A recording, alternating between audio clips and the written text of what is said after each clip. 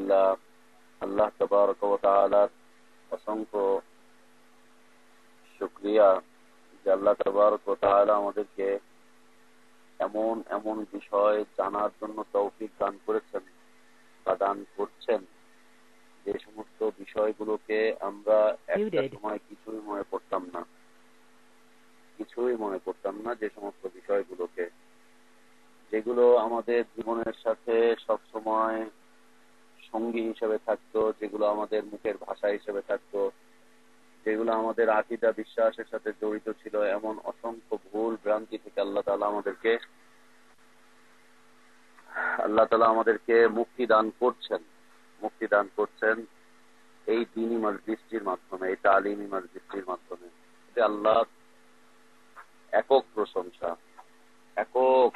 আল্লাহর জন্য, যে আল্লাহ সুবহানাহু ওয়া তাআলা আমাদেরকে আমাদের এই পরিণত বয়সে, অনেকের বয়সের শেষ প্রান্তে এসে, শেষ সময়ের দিকে আল্লাহ সুবহানাহু ওয়া তাআলা এমন এমন কিছু জ্ঞান দান করছেন, করছেন, যে সমস্ত বিষয়গুলো ছিল নিতান্তই ভুল, যে সমস্ত বিষয়গুলো ছিল নিতান্তই অন্যায়, যে সমস্ত বিষয়গুলো ছিল প্রকৃতপক্ষে ঈমান বিরোধী, যে সমস্ত বিষয়গুলো ছিল ইসলাম বিরোধী, যে সমস্ত বিষয়গুলো ছিল আল্লাহ তাওহীদ পরিপন্থী, যে সমস্ত বিষয়গুলো ছিল শিরকের সাথে সরাসরি সম্পৃক্ততা, এমন অনেকগুলো বিষয় আমরা আমাদের জীবনে পার করে এসেছি, যার থেকে আল্লাহ তাআলা আমাদেরকে এখন মুক্তি দান করছেন এই জ্ঞানের মজলিসে বসার মাধ্যমে।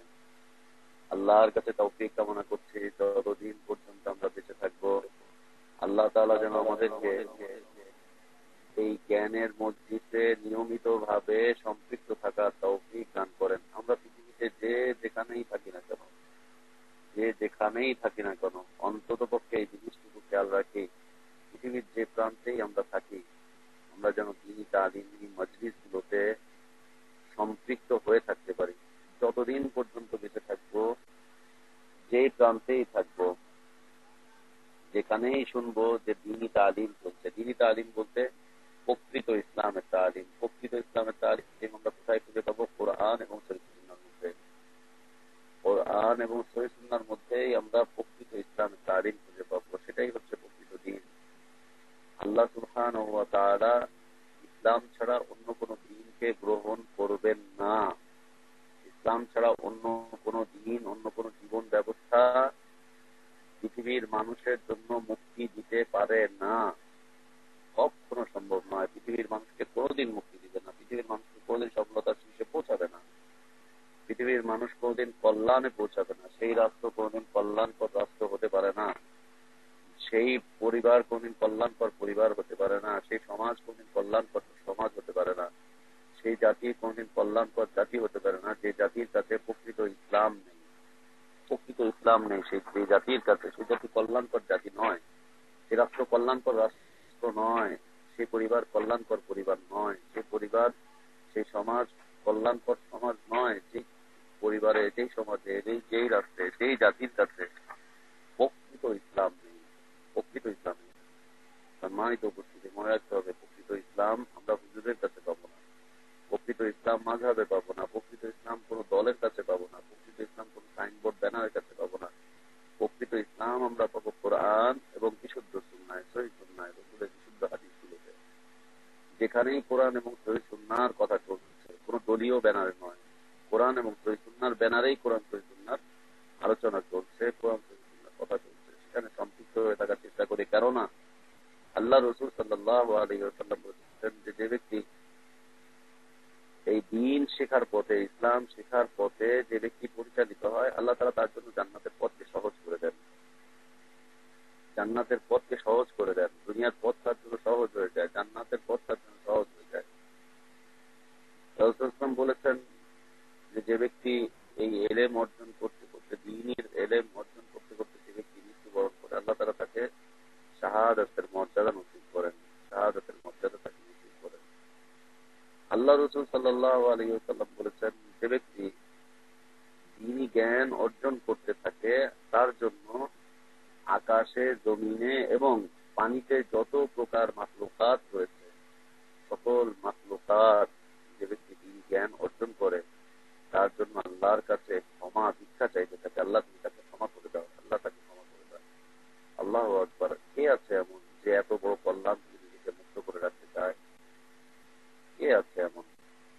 এই কল্যাণ থেকে যে মুক্ত থাকবে, কল্যাণ থেকে যে ব্যক্তি বিরত থাকবে, সে কি সত্যিকার অর্থে কোনদিন কল্যাণে পৌঁছাতে পারবে কিনা? কখনোই পারবে না। এই জন্য তাদেরকে দেখা যেত আল্লাহ রসুল সাল্লাল্লাহু আলাইহি ওয়াসাল্লাম যতদিন পর্যন্ত বেঁচে ছিলেন, দূর দূরান্ত থেকে তারা রসুল সাল্লাল্লাহু আলাইহি ওয়াসাল্লামের কাছে ছুটে আসতেন, এই দিন থেকে চর্চা করতেন। যখন রসুল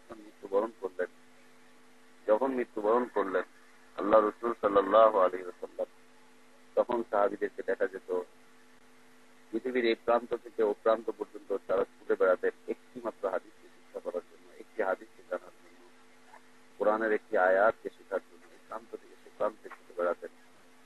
মুহাদ্দিসিনদের জীবনে আমরা তাই দেখতে পাই, তাবেঈনদের জীবনে আমরা তাই দেখতে পাই।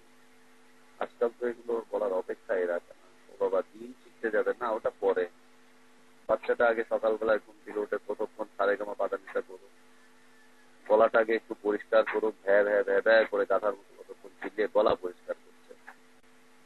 তারপরে গিয়ে নাচের টিচার আসলো, নাচ শিখছে। তারপরে গিয়ে আরেকটা আসছে, তারপর আরেকটা হচ্ছে, তারপরে স্কুল। সপ্তাহে একদিন যদি হুজুরকে রেখে একটুখানি কোরআন পড়াতে যায়, তাও আবার হুজুরের বেতন সবচাইতে কম। সবচাইতে বেশি বেতন হচ্ছে গানের টিচারের, তারপর নাচের টিচার, তারপরে ইংলিশ বাংলা ওগুলোর টিচার, তারপরে হুজুরের টিচার। যদি 10 টাকা মাসে দেওয়া যায় তাহলে আরো ভালো। শিক্ষক চাই না শিক্ষক অন্তত পড়া আছে, আবার কত সুন্দর গর্ব। হ্যাঁ, আমার ছেলের বয়স এখন 20 বছর, ও এখন আমপাড়া পড়তেছে। 20 বছরের বালক আমপাড়া পড়তেছে। লা ইলাহা ইল্লাল্লাহ। না, মনে রেখেন, যে বাবা মা এই কাজটি করছেন, সন্তানটিকে প্রথমে দিনের জ্ঞান শেখাচ্ছেন না, সেই বাবা মা তার এই সন্তানের জন্য সবচেয়ে বড় শত্রু।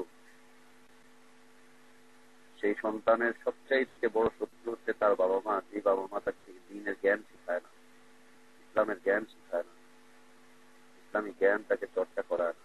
সবচেয়ে বড় শত্রু কল্যাণের পথে, দুনিয়াবি কল্যাণ, আখিরাতের কল্যাণ, দুনিয়াবি সফলতা, আখিরাতের সফলতা। এক্ষেত্রে সবচেয়ে বড় বাধা আছে বাবা মা, যে বাবা মা তার সন্তানগুলোকে দিনের শিক্ষায় শিক্ষিত করে না। এই সন্তানটি যতক্ষণ পর্যন্ত দিন শিক্ষা অর্জন করতে থাকবে, ততক্ষণ পর্যন্ত আকাশের সমস্ত মালাইকারা, ফেরেশতারা তার জন্য দোয়া করতে থাকবে, জমিনের সকল মাখলুক তার জন্য দোয়া করতে, এমনকি পানির নিচের প্রাণীগুলো তার জন্য দোয়া করতে থাকবে। এই দোয়া থেকে বাবা মা ওই সন্তানটিকে বঞ্চিত করছে। যে সমস্ত বন্ধু বান্ধবরা আপনাকে দিনই মসজিদে আসার থেকে বিরত রাখার চেষ্টা করছে, মনে রেখেন ওরা আপনার সবচেয়ে বড় শত্রু। যে সমস্ত লোকজন আপনাকে এই কনফারেন্স অ্যাটেন্ড করতে নিষেধ করছে, মনে রাখবেন ওরা আপনার অনেক বড় শত্রু, দুনিয়াবি এবং আখিরাতের জন্য বড় শত্রু। এরা কল্যাণ পর্যন্ত আপনাকে যেতে দিতে চাচ্ছে না, এরা কল্যাণ পর্যন্ত পৌঁছাতে দিতে চাচ্ছে না। আল্লাহ তাআলা আমাদেরকে তৌফিক দান করেন। পৃথিবীতে যে প্রান্তেই থাকি না কেন, যে প্রান্তেই থাকি না কেন পৃথিবীতে, যে অবস্থাতেই থাকি না কেন পৃথিবীতে, আমরা যেন দিন চর্চা থেকে বিরত না থাকি। প্রতিদিন ন্যূনতম কিছুটা সময় হলেও যেন আল্লাহ দিন চর্চা করি, ইসলাম চর্চা করি, কোরআন হাদিস অধ্যয়ন করি, কোরআন পড়তে থাকি। এবং যারা কোরআন হাদিস চর্চা করছে, কোরআন হাদিস পড়ছে, তাদেরকে সবসময় সবসময় তাদের জন্য কল্যাণের দৃষ্টি রাখি, তাদের জন্য সবসময় মঙ্গল কামনা করি, কল্যাণ কামনা করি তাদের জন্য, তাদের আশপাশে এসে দাঁড়াই, তাদের জন্য সহায়তা করি। এগুলো হচ্ছে কল্যাণের পথ, সহায়তার পথ। সম্মানিত উপস্থিতি, আল্লাহ সুবহানাহু ওয়া তাআলা আমাদেরকে আমাদের এই পরিণত বয়সে, কারো বয়স আজকে 72 বছর, কারো বয়স 50 বছর, 40 বছর, কারো বয়স 60 বছর হয়ে গেছে, জীবনের শেষ প্রান্তে এসে পৌঁছে গিয়েছি। সেই শেষ প্রান্তে এসে আমাদের মাঝে, আমাদের বিবেকের কাছে এমন এমন বিষয় আল্লাহ সুবহানাহু ওয়া তাআলা পৌঁছে দিচ্ছেন কোরআন সুন্নাহর মাধ্যমে। যে সমস্ত বিষয় নিয়ে আমরা প্রতিটা মুহূর্তে মাঝে মাঝে শক খেয়ে যাচ্ছি, মাঝে মাঝে আমরা শক খাচ্ছি। আসলে বিষয়টা কি, আসলে বিষয়টা কি, এই বিষয়টা এমন হলো কেন? তাহলে আমরা এতদিন যেটা জেনে এসেছি সেটা কি? এতদিন যে আমরা এটা করেছি তাহলে ওটা কি? এতদিন যে আমরা এগুলো শুনেছি তাহলে ওটা কি? এতদিন যে আমরা বলেছি এই বিষয়গুলো কি তাহলে সব বাদ? এগুলো কি ভুল ছিল? প্রতি মুহূর্তে আমরা যেন শক খাচ্ছি, এবং এই শক খাওয়ার মধ্য দিয়ে আল্লাহ সুবহানাহু ওয়া তাআলা আমাদেরকে হিদায়াতের পথে নিয়ে যাচ্ছেন। আসলে শক খাওয়ারই কথা, আসলে শক খাওয়ার কথা। জুবাইর ইবনে মুতাইম রাদিয়াল্লাহু আনহু একজন জলিলুল কদর, সম্মানিত, অনেক বড় সম্মানিত একজন সাহাবী। তিনি এমনি ভাবে একদিন শক খেয়ে গেলেন। আল্লাহ রসুল সাল্লাল্লাহু আলাইহি ওয়াসাল্লাম কুরআন তেলাওয়াত করছেন। সূরা তূরের একটি আয়াত, আম খুলিকু মিন গায়রি শাইইন আম হুমুল খালিকুন আম খালাকুস সামাওয়াতি ওয়াল আরদ বাল লা ইউকিনুন। জুবাইর ইবনে মুতাইম রাদিয়াল্লাহু আনহু, তখন তিনি কাফের ছিলেন, আল্লাহ রাসূল দাঁড়িয়ে দাঁড়িয়ে আয়াত তেলাওয়াত করছেন, আম খুলিকু মিন গায়রি শাইইন আম হুমুল খালিকুন। তারা কি কোনো কিছু ছাড়া এমনি এমনি সৃষ্টি হয়ে গিয়েছে, নাকি তারা নিজেরাই স্রষ্টা? আম খালাকুস সামাওয়াতি ওয়াল আরদ, নাকি তারা আকাশ এবং জমিনকে সৃষ্টি করেছে? কাফেরদেরকে সম্বোধন করে আল্লাহ সুবহানাহু ওয়া তাআলা বলছেন, কোনো কিছু ছাড়াই কি তারা সৃষ্টি হয়ে গিয়েছে, নাকি তারা নিজেরাই স্রষ্টা? তারাই কি আকাশ এবং জমিনকে সৃষ্টি করেছে? না না, ওরা তো বোঝে না, ওরা তো জানে না। জুবাইর ইবনে মুতাইম রাদিয়াল্লাহু আনহু তখনও মুসলিম ছিলেন, কোথা দিয়ে যাচ্ছিলেন, এই আয়াতের তিলাওয়াত শুনে বলছেন যে আমার মনে হলো যে আমার আত্মাটা উড়ে চলে গিয়েছে। এই আয়াতের এই কথাগুলো শুনে আমার আত্মাটা উড়ে চলে গেল। মুহূর্তের জন্য আমি স্তম্ভিত হয়ে পড়লাম, শক খেয়ে গেলাম, একদম স্তম্ভিত হয়ে থতমত খেয়ে দাঁড়িয়ে গেলাম যে একই কথা, একই কথা, এমন কথা এটি যে তারা কি কোনো কিছু ছাড়াই সৃষ্টি হয়ে গেছে, নাকি তারাই স্রষ্টা? তারাই কি আসমান জমিনকে সৃষ্টি করেছে? না না, ওরা তো বোঝে না, ওদের জ্ঞান নেই, ওরা তো বোঝে না।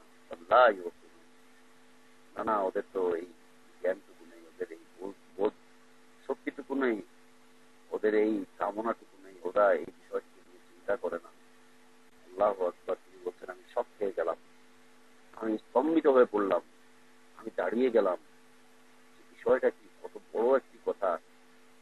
তিনি বলছেন যে এই শক খেয়ে আমার মনের ভিতরে ইমানের আলো বদ্ধমূল হয়ে গেল, ইমানের বিষয়টি বদ্ধমূল হয়ে গেল। আসলেও কি, আসলেও তো তাই, আসলেও তো তাই। আমরা যারা এত এত এত অসংখ্য মাবুদের ইবাদত করছি, অসংখ্য রবের পূজা করছি, অসংখ্য এটা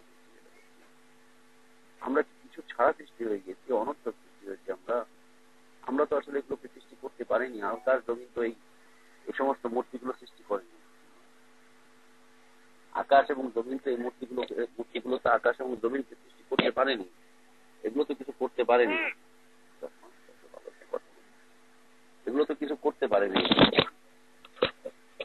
সব খেয়ে গেলেন। জি, ইমানের পথে সব খেয়ে যাওয়া, ইমানের পথে সব খেয়ে যাওয়া, এটা হচ্ছে কখনো কখনো ভালো আলামত, কখনো কখনো খারাপ আলামত। অধিকাংশ ক্ষেত্রে ভালো কল্যাণের দিকে নিয়ে আসে। মানুষ যখন হঠাৎ করে শুনছে, হঠাৎ করে যখন শুনছে, তখনই শখ খেয়ে যাচ্ছে। আসলে বিষয়টা কি, আমরা তো একদিন শুনে এসেছি, আমরা তো একদিন বুঝে এসেছি, আমাদের হুজুর তো একদিন বলেছে, আমরা তো একদিন এগুলো পড়েছি, এগুলোই জানি, এগুলোই শুনেছি। এই শখ খেয়ে খেয়ে মানুষ সচেতন হতে চেষ্টা করছে, আল্লাহর পক্ষ থেকে চেষ্টা করুন না, আল্লাহর পক্ষ থেকে একটি দয়া, যে তেমনই একটি শখ খাওয়ার মতো বিষয় আজকের আলোচনা। আল্লাহ আমাদেরকে প্রকৃত বুঝ নেওয়ার তৌফিক দান করেন, প্রকৃত বুঝ আল্লাহ তাআলা আমাদেরকে নেওয়ার তৌফিক দান করেন, প্রকৃত জ্ঞান আল্লাহ তাআলা আমাদেরকে নেওয়ার তৌফিক দান করেন। আল্লাহ আমাদের অন্তরগুলোকে খুলে দেন আল্লাহ দ্বীনের জন্য, নিজেদের কল্যাণের জন্য, নিজেদের নাজাতের জন্য, মুক্তির জন্য। আল্লাহ আমাদেরকে আমাদের ব্রেন গুলোকে খুলে দেন, আমাদের অন্তরগুলোকে আল্লাহ সুবহানাহু ওয়া তাআলা। আল্লাহ রাসূল সাল্লাল্লাহু আলাইহি ওয়াসাল্লামের বুখারী মুসলিমের একটি হাদিস, বুখারী মুসলিমের একটি হাদিস, আল্লাহ রাসূল সাল্লাল্লাহু আলাইহি ওয়াসাল্লাম কয়েকটি শব্দ ব্যবহার করতে নিষেধ করছেন, যে শব্দগুলো তাওহীদ পরিপন্থী, এই শব্দগুলো তাওহীদ পরিপন্থী, অথচ সচরাচর এই শব্দগুলো আমাদের মাঝে চলে এসে থাকে। সম্মানিত উপস্থিতি, আপনাদের মনে থাকার কথা, আমরা যে ধারাবাহিক আলোচনা করছিলাম, ধারাবাহিক আলোচনার বিষয়বস্তু ছিল শিরকের কতিপয় গোপন অবস্থা। শিরকের কতিপয় গোপন অবস্থা, এই সম্পর্কে আমাদের আলোচনা চলছিল। কতিপয় গোপন অবস্থা শিরকের, তার ধারাবাহিক আলোচনায় আমরা এ পর্যন্ত আলহামদুলিল্লাহ অনেকগুলো আলোচনা শুনে এসেছি। প্রায় 12-13টি আলোচনা, 12-13টি বিষয় আমরা শুনে এসেছি যে শিরকের কতিপয় গোপন অবস্থা, এমন এমন গোপন গোপন বিষয় যেগুলো শিরকের পথে মানুষকে ধাবিত করে, যেগুলো মানুষের মাঝে প্রবেশের কারণে মানুষ তাওহীদ শূন্য হয়ে যায়, ইসলাম শূন্য হয়ে যায়, ঈমান শূন্য হয়ে যায়। আল্লাহর সাথে তাদের সম্পর্কটুকু কেটে যায়। কতিপয় গোপন অবস্থার কথা আমরা নিয়মিত বলে আসছি বা শুনে আসছি। এমনই একটি বিষয় আজকের কয়েকটি শব্দ আল্লাহ রাসূল সাল্লাল্লাহু আলাইহি ওয়াসাল্লাম বলছেন,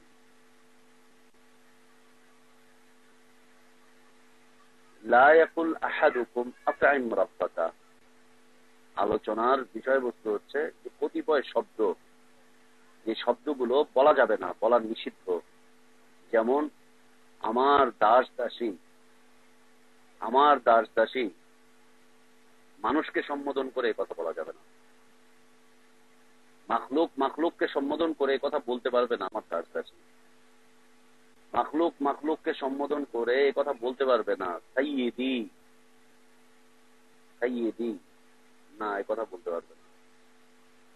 মানুষকে মাওলা বলতে পারবে না, মাওলা বলতে পারবে না, মাওলানা বলতে পারবে না। এই কতিপয় শব্দ আল্লাহ রাসূল সাল্লাল্লাহু আলাইহি ওয়াসাল্লাম, আমরা সবাই জানি কুরআনুল কারীম আল্লাহ সুবহানাহু ওয়া তাআলা বলেন, আল্লাহু খালাকাকুম সুম্মা রাযাকাকুম, সূরা রুমের আয়াত। আল্লাহ তাআলা তোমাদেরকে সৃষ্টি করেছেন, তোমাদেরকে আল্লাহ তাআলা রিজিক দান করেছেন। আল্লাহ আমাদেরকে সৃষ্টি করেছেন, আল্লাহই আমাদেরকে রিজিক দান করেছেন। রিজিক আমাদেরকে তিনি দিয়ে থাকেন। রিজিক মানেটা কি? আমরা রিজিক মানে বুঝে থাকি, আমাদের সামাজিক ভাবে আমরা এতদিন পর্যন্ত বুঝে এসেছি যে রিজিক মানে হচ্ছে শুধু খাদ্যদ্রব্য, শুধু খাদ্যদ্রব্য, এটাই মানে রিজিক। এটাই হয়তো আমরা বুঝে এসেছি এতদিন পর্যন্ত যে শুধু খাদ্য, ভাত খাচ্ছি, তরকারি খাচ্ছি, এটা হচ্ছে আমাদের রিজিক। কিনা একটা মানুষের জীবনে যত প্রকার প্রয়োজন রয়েছে, কল্যাণকর প্রয়োজন, একটা মানুষের জীবনে যত প্রকার কল্যাণকর হালাল প্রয়োজন রয়েছে, এগুলো হচ্ছে রিজিক।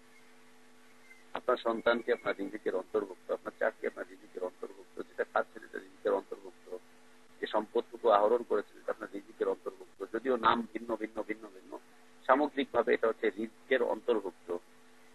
রিজিকের অন্তর্ভুক্ত। আপনি একটা বাড়ি করেছেন, এটা আপনার রিজিকের অন্তর্ভুক্ত সামগ্রিক ভাবে। আল্লাহ বলছেন, আল্লাহু খালাকাকুম সুম্মা রাযাকাকুম, আল্লাহ তোমাদেরকে সৃষ্টি করেছেন, আল্লাহ তাআলা তোমাদেরকে রিজিক দান করেছেন, তিনি তোমাদেরকে রিজিক দেন।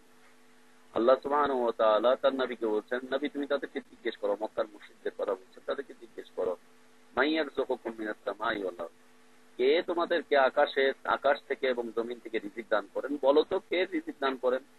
কাফেররা সমস্বরে বলে উঠলো, আল্লাহ, আল্লাহই আমাদেরকে রিজিক দান করেন। এ বলবে, কাফেররা বলবে কে রিজিক দান করেন? বর্তমান সময়ে যত অমুসলিম আছে তাদেরকে জিজ্ঞেস করে দেখেন কে তোমাদেরকে রিজিক দেয়।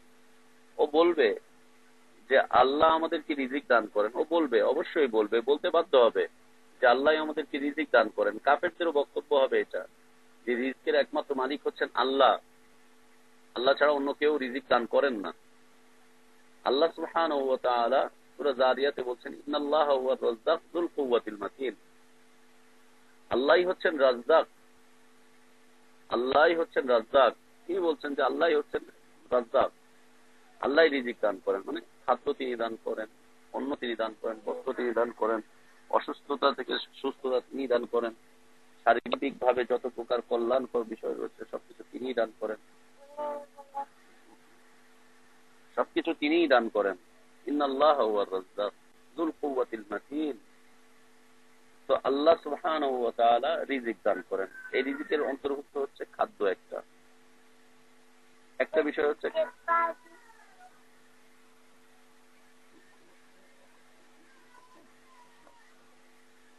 আল্লাহ সুবহানাহু ওয়া তাআলা তার মাখলুককে খাদ্য দান করেন, তার মাখলুককে তিনি খাদ্য দান করেন। আল্লাহু আকবার। আপনি আমি আর কতটুকু খাচ্ছি? আপনি আমি আর কতটুকু খাচ্ছি? কি বা খাচ্ছি? আপনি আমি আর কতটুকু খাচ্ছি? কি বা খাচ্ছি? কি বা করছি?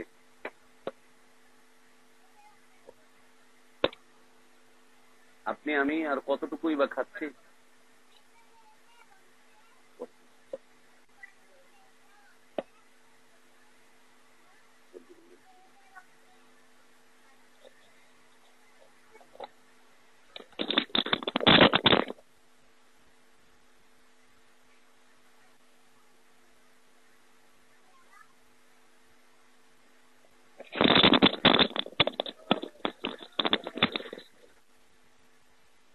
আমি কতটুকুই বা খাওয়া দাওয়া করছি, কতটুকুই বা খাদ্য নিচ্ছি, কি বা নিচ্ছি? পৃথিবীতে অসংখ্য বড় বড় মাখলুক রয়েছে, বিশাল বড় বড় মাখলুক রয়েছে, যে সমস্ত মাখলুকের চাহিদা অনেক অনেক অনেক বেশি, যে সমস্ত মাখলুকের চাহিদা অনেক অনেক বেশি। আল্লাহু আকবার। এক একটা মাখলুককে আল্লাহ সুবহানাহু ওয়া তাআলা নিয়মিত নিয়মিত পর্যাপ্ত পরিমাণে তাদেরকে তাদের খাদ্য দান করছেন। একটুখানি তাকিয়ে দেখেন না, জঙ্গলের সেই সমস্ত ভয়ঙ্কর বিষধর প্রাণীগুলো, যেগুলোর ভয়ে মানুষ একদম ভীত সন্ত্রস্ত থাকে, আল্লাহ সুবহানাহু ওয়া তাআলা সেগুলোকে নিয়মিত পরিমিত ভাবে তাদেরকে খাদ্য দিয়ে যাচ্ছেন। তারা খাদ্য ভক্ষণ করছে, তারা তাদের পেটগুলোকে ভরছে। অথচ অথচ কেউ তাদের কাছে খাদ্য নিয়ে যায় না। সাপকে কেউ খাওয়াতে যায় না, বাঘকে কেউ খাওয়াতে যায় না, আল্লাহই ওদেরকে খাইয়ে দিচ্ছেন। বিষয়বস্তু হচ্ছে যে আল্লাহ তাআলাই সব মাখলুককে খাওয়ান। আল্লাহ রাসূল সাল্লাল্লাহু আলাইহি ওয়াসাল্লাম বলছেন যে তোমাদের কেউ যেন এই কথা না বলে, আতঈম রাব্বাকা, তুমি তোমার রবকে খাওয়াও, তুমি তোমার রবকে খাওয়াও। কেউ যেন এই কথা না বলে, রবকে খাওয়াও। আমরা জানি আল্লাহ খান না, আমরা জানি আল্লাহ ঘুমান না, আমরা জানি আল্লাহ দুর্বল হন না, আমরা জানি আল্লাহ তন্দ্রাচ্ছন্ন হন না, আমরা জানি আল্লাহর কোন দুর্বলতা নেই। আল্লাহ খান না, ঘুমান না, তন্দ্রাচ্ছন্ন হন না, আল্লাহর কোন দুর্বলতা নেই। এগুলো সব আমরা জানি, এগুলো আমরা জানি। আল্লাহ রাসূল সাল্লাল্লাহু আলাইহি ওয়াসাল্লাম তারপরেও জানাচ্ছেন, লা ইয়াকুল আহাদুকুম আতঈম রাব্বাকা,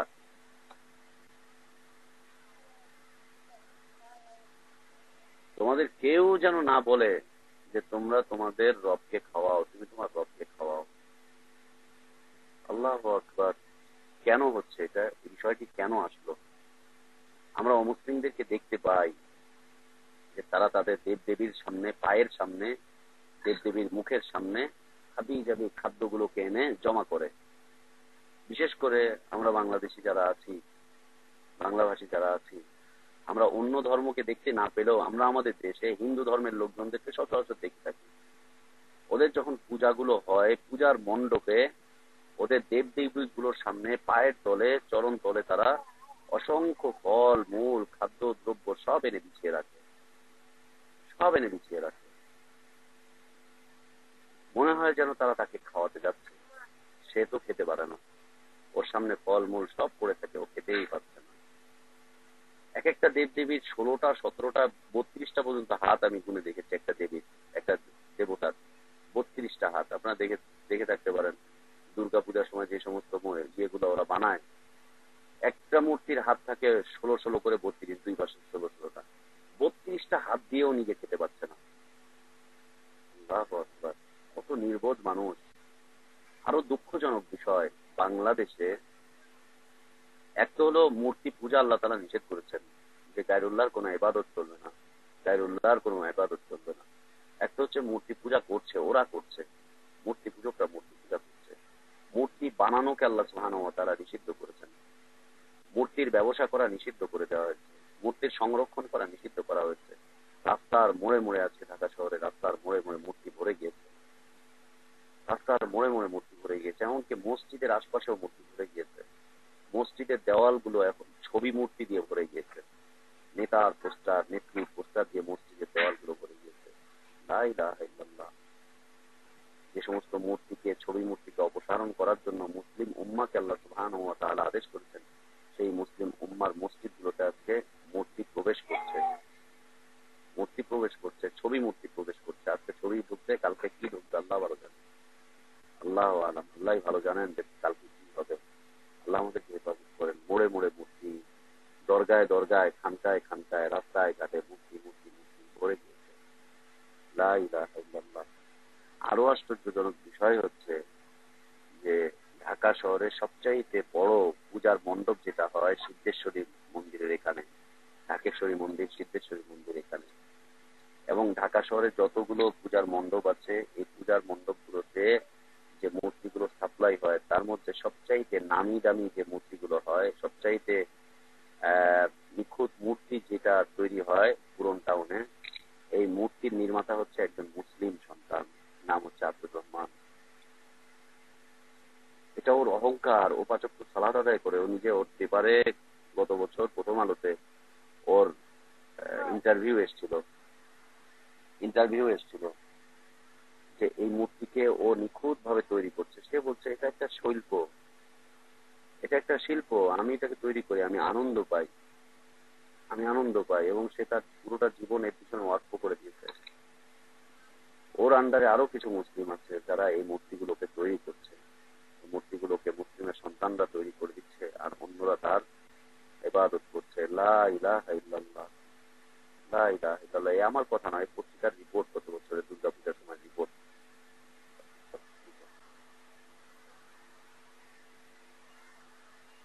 তো এই মূর্তিগুলোর সামনে অসংখ্য ফল মূল খাদ্য দ্রব্য এটা সেটা সব থাকে, কিন্তু খেতে পারছে না।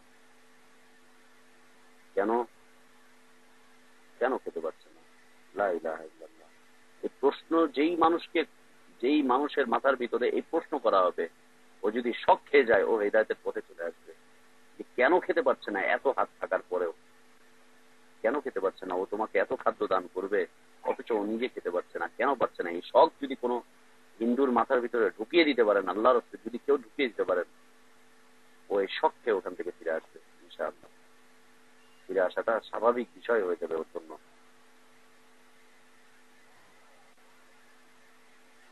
সম্মানিত উপস্থিতি, আল্লাহ রসুল সাল্লাল্লাহু আলাইহি ওয়াসাল্লাম বলছেন, তোমাদের কেউ যেন না বলে আফরান রব্বাকা, তুমি তোমার রবকে খাওয়াও না, এই কথা কেউ যেন না বলে। আমরা আমাদের দেশে সুফিবাদের একটা কথা শুনে থাকি। সুফিবাদের এক শ্রেণীর সুফিবাদের মানুষগুলো আল্লাহকে খাওয়াতে চায়। বাংলাদেশে প্রচলিত একটি ঘটনা আছে, একটি বক্তব্য পেশ করে সুফিবাদের সাথে জড়িত লোকরা, যে মনা পাগলার কাছে আল্লাহ নাকি কলিজা খেতে চেয়েছেন। মনা পাগলার কাছে আল্লাহ তাআলা কলিজা খেতে চেয়েছেন। আপনাদের কাছে আপনারা কখনো এই বক্তব্যটা শুনেছেন কিনা, আমার আলোচনায় শুনেছেন কিনা? গত 2 বছর আগে ঢাকার কাফরুল থানার একটা এলাকায় দাওয়াত কাজ দিয়েছিলাম রাতের বেলায়, ইশার সালাতের পরে। ওইখানে একজন মুবাল্লিগের সাথে, তবলিগের মুবাল্লিগ, 3 চিল্লার সাথে আফসোস লাগলো, আল্লাহু আকবার, আফসোস লাগলো তার জন্য। 3 চিল্লা দিয়ে আসার পরে তিনি মানুষকে কারগুজারি শোনাচ্ছেন, একটি বিষয়ে কারগুজারি শোনাচ্ছেন, ইমানের কারগুজারি, যে কি গিয়ে কি শিখলাম, কি করলাম, এই সেই একটা কারগুজারি শোনাচ্ছেন। সে লোক এখনো বেঁচে আছেন, তার জন্য হিদায়াতের দোয়া করি আল্লাহর কাছে। কারগুজারি শোনাচ্ছেন, আমি যে রাস্তায় উপস্থিত, চায়ের দোকানের সামনে উনি বসে, অনেকগুলো লোক জমা হয়ে গেছে। তিনি বলছেন যে আল্লাহর ওলিদের মর্যাদা কত বেশি, আল্লাহর ওলিদের মর্যাদা কত বেশি, ইমানের পথে যারা চলে আসে তাদের মর্যাদা কত বেশি। পীর আউলিয়াদের মর্যাদা বুঝাতে গিয়ে তিনি বলছেন যে মুসা আলাইহিস সালাতু ওয়াস সালামের সময় একটা আল্লাহর ওলি, সে পাগলের বেশে হাঁটতো, কাপড় চোপড় কখনো খুলতো, কখনো পরতো, ময়লা আবর্জনা, ওকে সবাই পাগল বলে মনে করত, সবাই পাগল হিসেবে জানত। মুসা আলাইহিস সালাতু ওয়াস সালামের সমকালীন সময় মুসা আলাইহিস সালাতু ওয়াস সালাম আল্লাহর সাথে কথোপকথন করতে যাচ্ছেন তুর পাহাড়ে। এই সময় পাগলের সাথে রাস্তায় দেখা। পাগলকে দেখা হওয়ার পরে পাগল বলছে, মুসা কই যাও? বলছে, আমি আল্লাহর সাথে কথা বলতে যাচ্ছি। তো মুসা, তুমি যখন আল্লাহর সাথে কথা বলতে যাচ্ছ, মুসা তুমি আল্লাহকে জিজ্ঞেস করে এসো যে আমার কোনো সন্তান হবে কিনা, আমার কোনো বাচ্চা কাচ্চা হবে কিনা। মুসা ইসলাম চিন্তা করলেন যে পাগল বলেছে, যাই হোক ঠিক আছে, আচ্ছা ঠিক আছে বলবো, আমি জিজ্ঞেস করবো। মুসা আলাইহিস সালাতু ওয়াস সালাম আল্লাহর সাথে কথোপকথন করে ফিরে আসছেন, আল্লাহকে জিজ্ঞেস করেছেন। এরপরে পাগলের সাথে মুসা আলাইহিস সালাতু ওয়াস সালামের সাথে ফেরার পথে দেখা, জিজ্ঞেস করলো, মুসা তুমি জিজ্ঞেস করেছো? বলছে, হ্যাঁ আমি জিজ্ঞেস করেছি। কি বলেছেন আল্লাহ? বলছে, না, তোমার কোনো সন্তান হবে না, এই কথা আল্লাহ তাআলা বলে দিচ্ছেন। ওর তাকদিরে সন্তান নাই। আল্লাহ বলেছেন যে ওর তাকদিরে সন্তান নাই, ও সন্তান হবে না, সন্তান পাবে না। পাগলকে কথা বলে মুসা আলাইহিস সালাম চলে গেলেন। অনেকদিন পরে মুসা আলাইহিস সালাম আবার এই পথ দিয়ে যাচ্ছেন, দেখে পাগলের কোলে একটি সন্তান। জিজ্ঞেস করেছে, পাগলা একটি সন্তান কার? বলতে আমার সন্তান। মুসা আলাইহিস সালাম শক খেয়ে গেলেন, সন্দেহের মধ্যে পড়ে গেলেন, কি ব্যাপার? আল্লাহ আমাকে বললেন যে ওর তাকদীরে সন্তান নাই, আবার ওর কোলেই সন্তান, ওরই বাচ্চা, এটা বিষয়টা কি? ইন্না লিল্লাহ, তাহলে কি আল্লাহ আমার সাথে ছল চাতুরি বা আল্লাহ আমার সাথে গোপন করলেন? আল্লাহ কি আমার সাথে প্রতারণা বা মিথ্যে বললেন? আল্লাহর কসম করে বলছে, এই ভাষাগুলো ওই লোক ব্যবহার করছে, একজন মুবাল্লিগ এই ভাষাগুলো ব্যবহার করছে, এই ভাষাগুলো সে এইভাবে করে ব্যবহার করছে যে আল্লাহ তাহলে কি বললেন আমার সাথে? আল্লাহ কি ছল চাতুরি প্রতারণা? কেন আমাকে বললেন? সন্তান তার তাকদিরে লেখা হয় না, আর তাকদিরে যা লেখা হয় না সেটা তো কেউ কোনোদিন পাবেও না, এটা কেন এমন হলো? তো মুসা ইসলাম দেখে একটুখানি শক খেয়ে গেলেন, দাঁড়িয়ে গেলেন। এরপরে মুসা ইসলাম আল্লাহর সাথে কথোপকথন করতে গেছেন। আল্লাহকে জিজ্ঞেস করলেন যে আল্লাহ, তুমি তো আমাকে বললে যে এই পাগলের সন্তান হবে না, অথচ দেখলাম এর সন্তান। তুমি বলেছো এই পাগলের কোনো সন্তান নেই নসিবে, অথচ এর বলে সন্তান দেখছি, বিষয়টা কি? আল্লাহ বলছেন যে মুসা, তুমি যদি এর উত্তর জানতে চাও তাহলে তুমি বাজারে চলে যাবে আগামীকালকে। বাজারে গিয়ে সবচাইতে আশ্চর্যজনক যে বিষয়টি পাবে, যে জিনিসটিকে পাবে, সেই জিনিসটি তুমি আমার জন্য কিনে আনবা। আশ্চর্যজনক যে জিনিসটা দেখবা সেটা তুমি আমার জন্য কিনে আনবা, কালকে বাজারে যে সেটা আমার জন্য কিনে আনবা। মুসা আলাইহিস সালাম আল্লাহর আদেশ পালন করেছেন এবং তিনি বলছেন, আল্লাহ তাআলা তাকে বলে দিলেন, যদি তুমি কিনে আনতে পারো তাহলে তুমি তোমার উত্তর পেয়ে যাবা, তুমি যাও বাজারে। মুসা আলাইহিস সালাম বাজারে গেলেন। যাওয়ার পরে খুঁজতে খুঁজতে দেখলেন যে একটা খাঁচার ভিতরে একটা পাখি মানুষের সাথে মানুষের ভাষায় কথাবার্তা বলছে, যা জিজ্ঞেস করছে তাই উত্তর করছে। মুসা ইসলাম দেখলেন যে বাজারে সবচাইতে আশ্চর্যজনক জিনিস হচ্ছে, আজকের পণ্য হচ্ছে এই পাখিটি। মুসা সালাম জিজ্ঞেস করলেন, এই পাখি তোমার দাম কত? পাখির মালিককে জিজ্ঞেস করেছেন। খাঁচার ভিতরে পাখিটিকে নিয়ে এক ব্যক্তি দাঁড়িয়ে আছে, জিজ্ঞেস করেছেন। মালিক কোনো কথা বলছে না, বলছে যে ওকে জিজ্ঞেস করো, পাখিকে জিজ্ঞেস করো, পাখি বলে দিবে তোমার এটার মূল্য কত। মুসা ইসলাম পাখিকে জিজ্ঞেস করলেন, এই তোমার দাম কত? মুসা ইসলামকে পাখি উত্তর দিচ্ছে, আমার মূল্য হচ্ছে তোমার কলিজা। তুমি যদি তোমার কলিজা আমাকে বের করে দিতে পারো তাহলে আমি তোমার হয়ে যাব। মুসা ইসলাম আল্লাহ নবী, তিনি বলছেন যে না, এটা সম্ভব না, কারণ আত্মহত্যা করা যাবে না, নিজে নিজে কলিজা বের করা যাবে না। উনি দাঁড়িয়ে থাকলেন, দাঁড়িয়ে দৃশ্য দেখছেন, খুঁজছেন। এমতম অবস্থায় ওই পাগল চলে আসলো। ওই পাগল এসে পাখিটিকে জিজ্ঞেস করলো, পাখি তোর দাম কত? বলছে যে আমার দাম হচ্ছে তোর কলিজা। পাগল নিজের পেটটাকে ফিরে ফেললো, বুকটাকে ফেড়ে ফেললো, ফেড়ে সে তার কলিজাটাকে বের করে দিল পাখির কাছে। পাখি ওই কলিজাটাকে চিবালো, চিবিয়ে বেশ তার সাথে চলে গেল, পাগলের সাথে। পাগল পাখিটাকে নিয়ে চলে গেল। আল্লাহ আকবার। মুসা ইসলাম তাজ্জব হয়ে গেলেন। তাজ্জব হয়ে গিয়ে এরপরে আল্লাহর সাথে তার কথোপকথন হচ্ছে যে আল্লাহ তাআলা তাকে জিজ্ঞেস করেন, মুসা তুমি কি নিয়ে আসলে? বলছে, আল্লাহ ওই দিন তো কিছু পাইনি, একটা বিষয় পেয়েছিলাম, কিন্তু ও যে দামটা চেয়েছে আমি তো সেই দামটা দিতে পারিনি।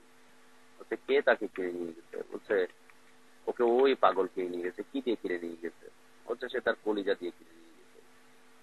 বলছে, মুসা এটাই হচ্ছে তোমার কথার উত্তর? তুমি যে প্রশ্ন করেছিলে যে আল্লাহ পাগলের নসিবে নেই, কিন্তু তুমি তাকে দিয়েছ। মুসা, বিষয়টা হচ্ছে ওই খাঁচার ভিতরে যে পাখিটি ছিল, ওই পাখিটি ছিল স্বয়ং আমি আল্লাহ। আমি আল্লাহ স্বয়ং ওই পাখি, ওই পাখিটাই ছিলাম আমি। আর খাঁচাতে ভরে যে পাখিটিকে নিয়ে এসেছিল সে ছিল জিবরিল।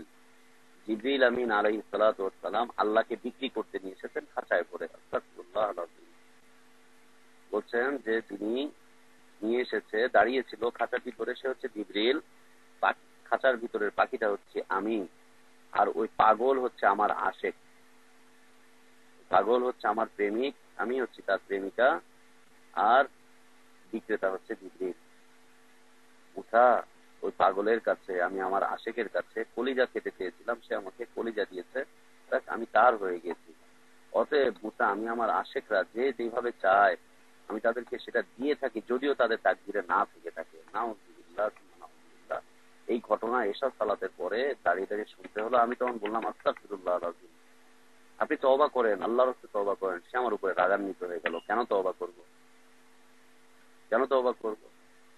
এটা ইমানের বিষয়, এতে করে আমাদের ইমান বৃদ্ধি পায়, আল্লাহর সাথে ইশক মহব্বত বৃদ্ধি পায়। তখন আমি সাধারণ মানুষকে সম্বোধন করে বললাম, আপনারা এতক্ষণ তার কথা শুনেছেন, আমি 5টা মিনিট একটু কথা বলতে চাই, মাত্র 5টা মিনিট যদি আপনার সময় দেন। লোকজন সময় দিল, হ্যাঁ 5 মিনিট সময় দিব, আপনি বলেন। সেখানে দাঁড়িয়ে এই বিষয়টি খণ্ডন করলাম যে কেমন কথা, জিবরিল আল্লাহর মাখলুক, অসংখ্য মাখলুকাতের মধ্যে হতে একটা মাখলুক জিবরিল। এই জিবরিল মৃত্যুবরণ করবেন, এই জিবরিল আল্লাহর হুকুমে সবকিছু করেন, এই জিবরিল আল্লাহর ইবাদত করেন। এই জিবরিল কিনা আল্লাহকে বিক্রি করতে আসলো, তাহলে আল্লাহ কতটা দুর্বল। আচ্ছা আপনারা বলেন, আল্লাহ কি খায়? মানুষ বলছেন না, আল্লাহ তো খায় না। আচ্ছা আল্লাহ কি পাখির মতো? বলছেন না। আচ্ছা বলেন, আল্লাহকে যে জিবরিল এই পাখির খাঁচার ভিতরে বন্দি করে নিয়ে আসলো, জিবরিল যদি খাঁচার গেটটা খুলে না দিত তাহলে তো আল্লাহ ওখানে বন্দিই থাকতো। লোকজন তখন বলছে, আস্তাগফিরুল্লাহ, একই কথা শোনালেন, একই কথা শোনালেন। সাধারণ মানুষগুলো বলছে একই কথা শোনালেন, কিন্তু সেই ব্যক্তি মানতে নারাজ। বলছে না, আমি এটা কার বুঝে শুনে এসেছি, ইন্নালিল্লাহ, বলছে আমি এটা মুরব্বীদের মুখে শুনে এসেছি, এতে করে আমার ইমান বৃদ্ধি পেয়েছে। বললাম, ও তো ইমান বৃদ্ধি পায়নি, ও কি বৃদ্ধি পেয়েছে আপনারাই বিচার করেন। আল্লাহু আকবার, আল্লাহু আকবার। বিশ্বাস করেন, আল্লাহর কসম করে বলছি, আল্লাহ সুবহানাহু ওয়া তাআলা সকল প্রকার দুর্বলতা এবং ত্রুটি মুক্ত, সকল প্রকার দুর্বলতা এবং ত্রুটি মুক্ত, সকল প্রকার দুর্বলতা এবং ত্রুটি মুক্ত আল্লাহ সুবহানাহু ওয়া তাআলা। তিনি না খান, তিনি না ঘুমান, তার না ঘুমের প্রয়োজন আছে, তার না তন্দ্রা আছে, তার না কোনো দুর্বলতা আছে। মাখলুক দুর্বল হয়ে যায়, আমি খাচ্ছি এই জন্য একটু পরে আমি দুর্বল হয়ে যাচ্ছি, আমি খাচ্ছি এই জন্য আমার টয়লেটের প্রয়োজন হচ্ছে, আমি খাচ্ছি যাচ্ছি আমার ঘুমেরও প্রয়োজন হচ্ছে। আল্লাহ যদি খাওয়া দাওয়া করেন, আল্লাহর এটা একটা দুর্বলতা? নাউযুবিল্লাহ, আস্তাগফিরুল্লাহ আল আযীম। আল্লাহ রাসূল সাল্লাল্লাহু আলাইহি ওয়াসাল্লাম ইমানের শিক্ষা দিচ্ছেন, তোমাদের কেউ যেন এই কথা না বলে, আতাইম রব্বাকা, তুমি তোমার রবকে খাওয়াও, রবকে খাওয়াও। জি না, জি না, রবকে খাওয়াও, জি না, বিষয়টা এটা না। হ্যাঁ আপনি বলতে পারেন, সহিহ হাদিসে কুদসিতে রয়েছে, আল্লাহ তাআলা কিয়ামতের দিন বলবেন যে আমার বান্দাদের কাছে আমি খেতে চেয়েছিলাম, আমাকে খাওয়ায়নি, আমি পড়তে চেয়েছিলাম, আমাকে পড়ায়নি, আমি পড়তে চেয়েছিলাম, আমাকে পড়ায়নি। ওই হাদিসের ব্যাখ্যা ওই হাদিসেই রয়েছে। সেটা কি? সেটা হচ্ছে যে মিসকিনরা আমার তোমাদের কাছে গিয়ে বলেছিল, আল্লাহর রস্তে আমাকে দাও। সামনে এই বিষয়টি আলোচনা আসবে যে আল্লাহর রস্তে আমাকে দাও, আল্লাহর দিকে তাকে আমাকে দাও, আল্লাহর নামে আমাকে দাও। আল্লাহ সুবহানাহু ওয়া তাআলা তখন বলবেন যে আমার নামে তোমার কাছে চাওয়া হয়েছিল, তুমি তো দাওনি। আমার নামে তোমার কাছে খাদ্য চেয়েছিল একজন গরিব মানুষ, তুমি দাওনি। তখন আমার ওসিলা করে, আমার নাম নিয়ে তোমার কাছে একজন বস্ত্র চেয়েছিল, বিভক্ত মানুষ বস্ত্র চেয়েছিল, তুমি দাওনি। সাহায্য চেয়েছিল আমার নাম নিয়ে মানুষ, তুমি তাদেরকে সাহায্য করোনি। আল্লাহ সুবহানাহু ওয়া তাআলা এটাকে নিজের সাথে সম্পৃক্ত করে নিয়েছেন যে আমার নাম নিয়ে চাওয়া মানে হচ্ছে আমার জন্য চাওয়া, আমাকে দেওয়া হয়নি। ওই হাদিসেই ওর ব্যাখ্যা রয়েছে। অতএব বিভ্রান্ত হওয়ার কোনো সুযোগ নেই, কোনো সুযোগ নেই বিভ্রান্ত হওয়ার। আল্লাহ রাসূল সাল্লাল্লাহু আলাইহি ওয়াসাল্লাম বলছেন, আতাইম রব্বাকা, এই কথা যেন কেউ না বলে তুমি তোমার রবকে খাওয়াও।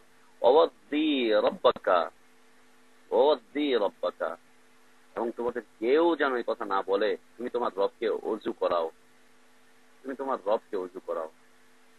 কিছু কিছু মানুষের মুখে শোনা যায় আল্লাহ নাকি ওযু করেন, আল্লাহ পবিত্র।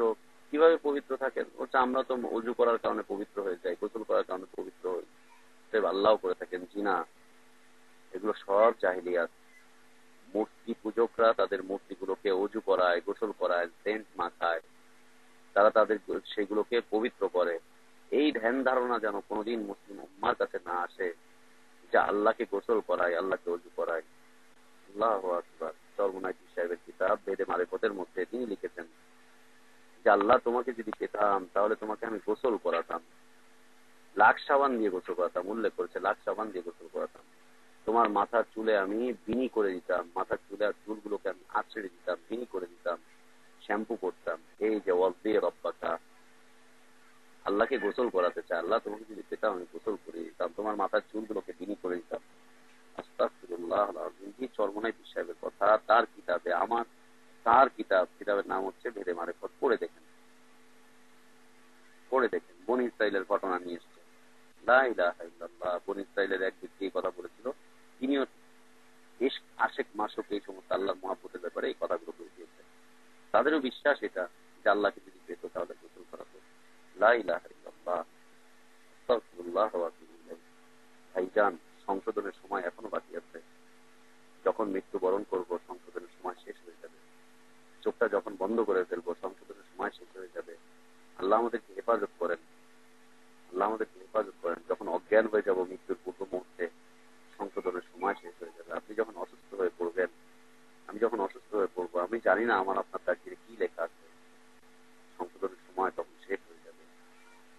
মাথা থেকে বুজুর্গি, মাথা থেকে ওই অলিয়া উলিয়া, মাথা থেকে আশেক মাসুক ওগুলোকে বের করে দেন, মাথা থেকে হুজুর মুজুর ওগুলোকে বের করে দেন। কোরআন আর হাদিস অধ্যয়ন করেন, কোরআন হাদিস অধ্যয়ন করেন। ওই কারগুজারি সব গুজারি আর ওই হুজুরি বুজুর্গি আর ওই বিড়ালি বিড়ালি সবগুলো মাথা থেকে বের করে দেন। আল্লাহ এবং তার রাসূলের জ্ঞান দিয়ে মাথাটাকে ধরে নেন। না আল্লাহকে গোসল করানো যাবে না, আল্লাহকে ওযু করানো যাবে না, আল্লাহকে আপনি পবিত্র করতে পারবেন না। আল্লাহ নিজেই পবিত্র, তিনি মানুষকে হুকুম করেন পবিত্র হওয়ার জন্য।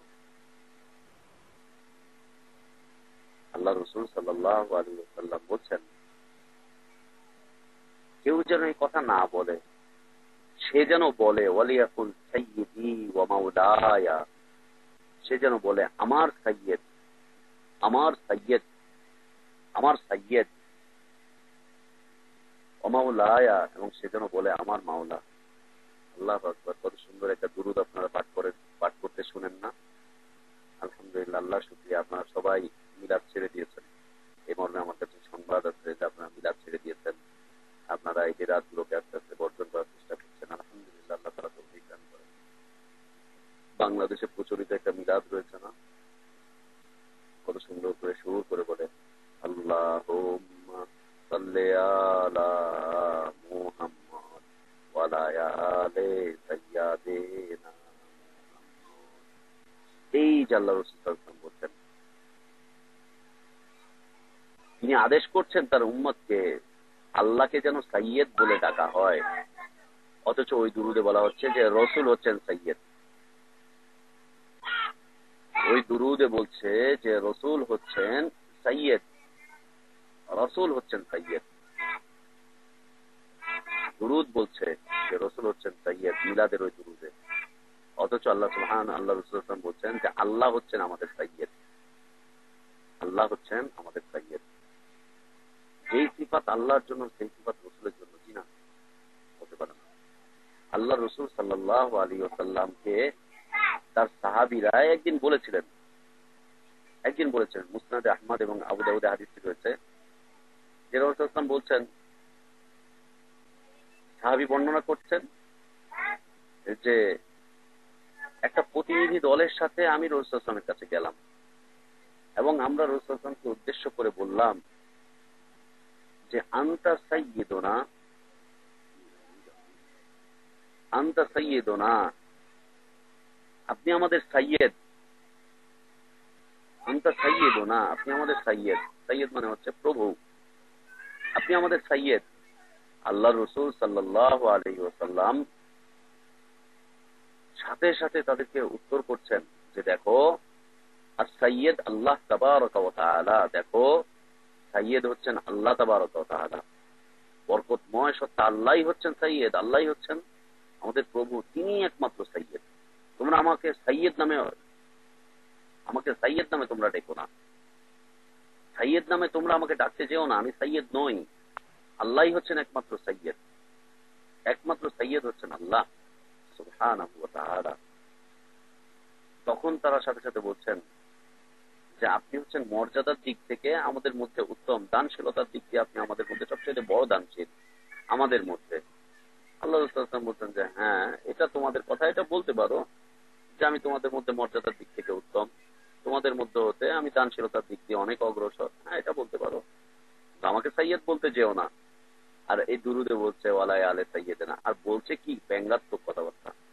আপনারা কি জানেন যে এই দুরুদ কোত্থেকে এসেছে? বাংলাদেশে বর্তমানে, বিশেষ করে আপনারা যারা এখানে এই লাইনে চট্টগ্রাম অঞ্চলের মানুষ আছেন, চট্টগ্রামে হালি শহরে সম্ভবত, আমার কাছে ঠিকানাটা আছে এই মুহূর্তে ঠিক বলতে পারছি না, হালি শহর সম্ভবত একটা কমিটি আছে দুরূদ প্রণয়ন কমিটি নিয়মিত তারা দুরূদ তৈরি করে, নতুন নতুন নতুন নতুন দুরূদ তৈরি করছে, নতুন নতুন দুরূদ তৈরি করছে।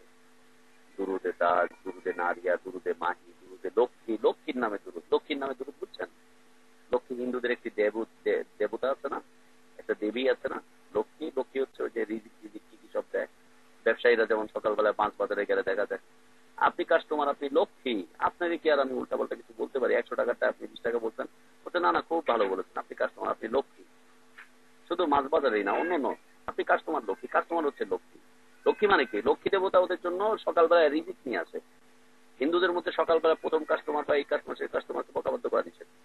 কাস্টমারকে বকাবাধ্য করা যাবে না। হিন্দু দোকানগুলোতে আপনার যদি কখনো ক্রয় করতে যান, আমি অনেকবার গেছি, কথাবার্তা বলার পরে দেখলাম যে হিন্দুরা পরবর্তী তাকিয়ে তাকিয়ে দেখা যায় যে মূর্তি একটা ঝুলছে অথবা ছবি ঝুলছে। কাস্টমার হচ্ছে লক্ষ্মী, কাস্টমার সাথে উল্টো পাল্টা করা যাবে না।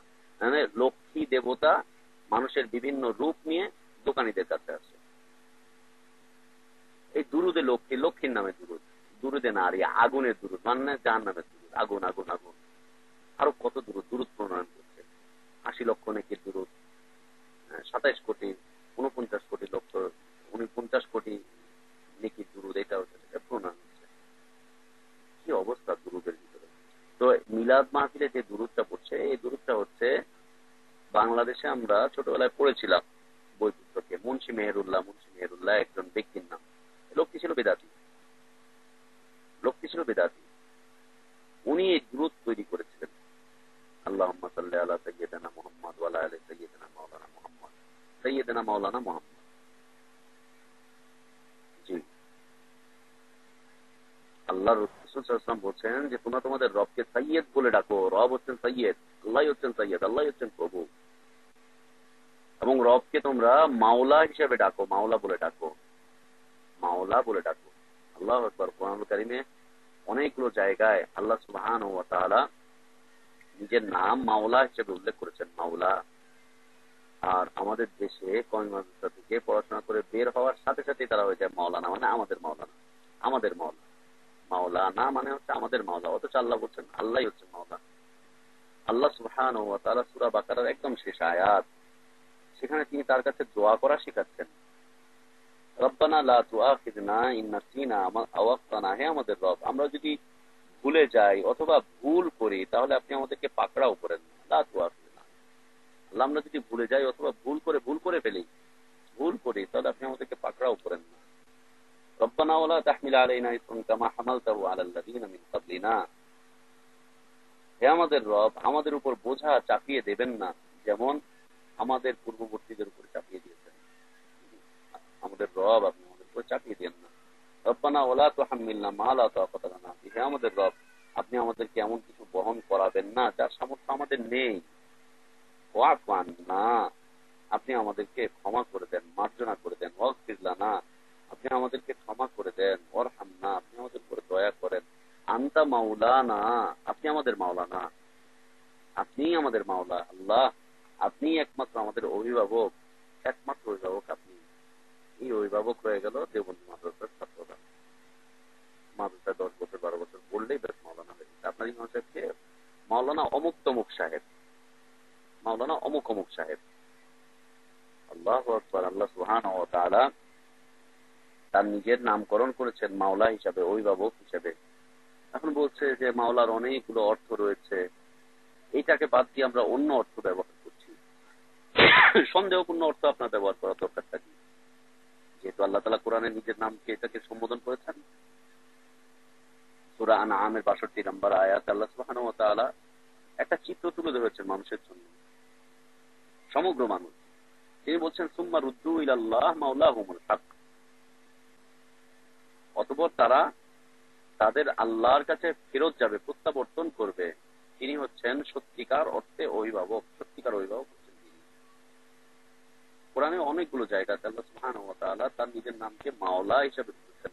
এটা কি করে মানুষের সাথে মানুষকে দিয়ে দেওয়া যায়? তা আবার নামের ডায়ালগ হিসাবে লা ইলাহা ইল্লাল্লাহ, লা ইলাহা ইল্লাল্লাহ, বিতর্কিত শব্দ ব্যবহার করা যাবে না। আজকে থেকে আমরা কেউ কাউকে মাওলানা বলবো না, ইনশাআল্লাহ কেউ কাউকে মাওলানা বলবো না। কিসের মাওলানা তুমি আমার? আল্লাহ হচ্ছেন আমাদের মাওলানা, একমাত্র মাওলা হচ্ছেন আল্লাহ। বলবে যে নামের অর্থের পার্থক্য রয়েছে, এই রয়েছে, সেই রয়েছে। জি না, কোনোটাই মানতে চাচ্ছি না। যেহেতু এর মধ্যে বিতর্ক রয়েছে, আমরা এটাকে ব্যবহারই করবো না, ব্যবহারই করবো না এটাকে। না, এটা ব্যবহার করা যাবে না। রসুল নিজের নামের সাথে সাইয়্যেদ ব্যবহার করেননি, কোনোদিন করেননি। এটা সম্ভব নয় এটা ব্যবহার করা। আমরা ব্যবহার করতে পারছি না। আল্লাহ রসুল সাল্লাল্লাহু আলাইহি ওয়াসাল্লাম বলছেন যে তোমরা বলো যে সাইয়্যিদি মাওলায়া, আমার সাইয়্যেদ আমার মাওলা, আমার সাইয়্যেদ আমার মাওলা, এই কথা তোমরা বলো, এটা বলতে পারো। কিন্তু তোমরা তোমাদের রবকে খাওয়াতে যেও না, খাওয়াবে রবকে গোসল করাবে, উযু করাবে, এগুলো বলতে যেও না।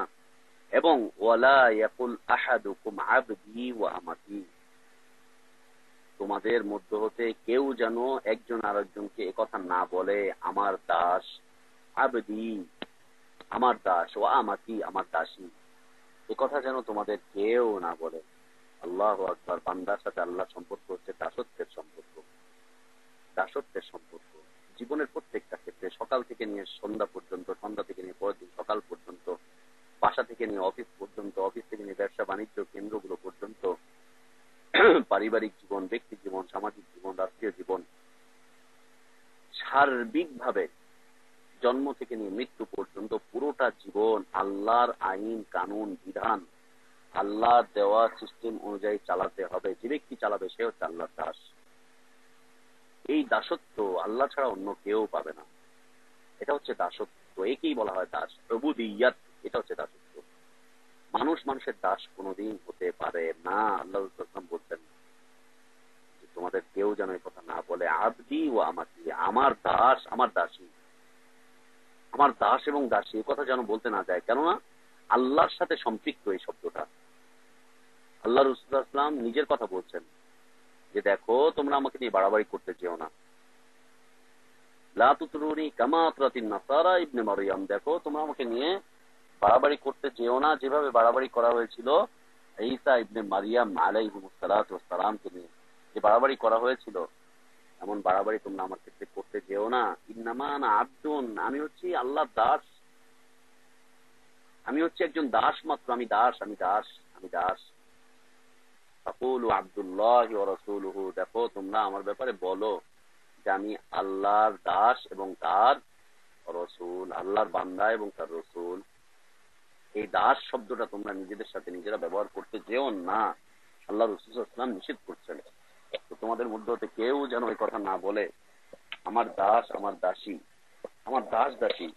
পুরুষের ক্ষেত্রে দাস আর নারীর ক্ষেত্রে দাসী, কথা যেন কেউ না বলে।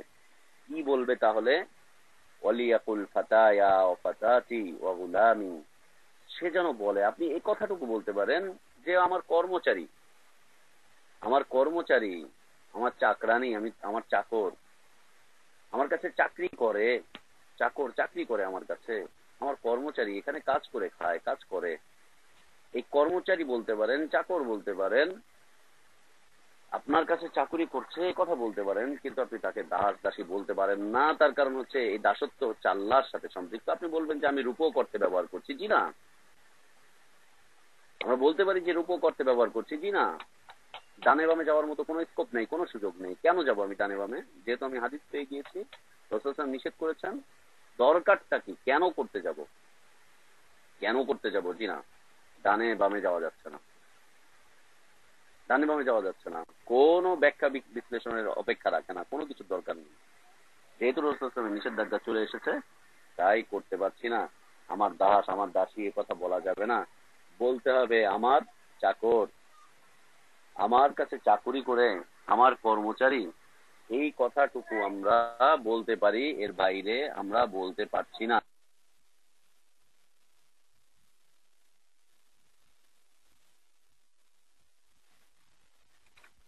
আমার চাকর, আমার চাকর, আমার কর্মচারী, আমার ছেলে, অগুলামি, আমার ছেলে, এ কথা বলতে পারো যে আমার গোলাম, আমার চাকর, আমার কর্মচারী।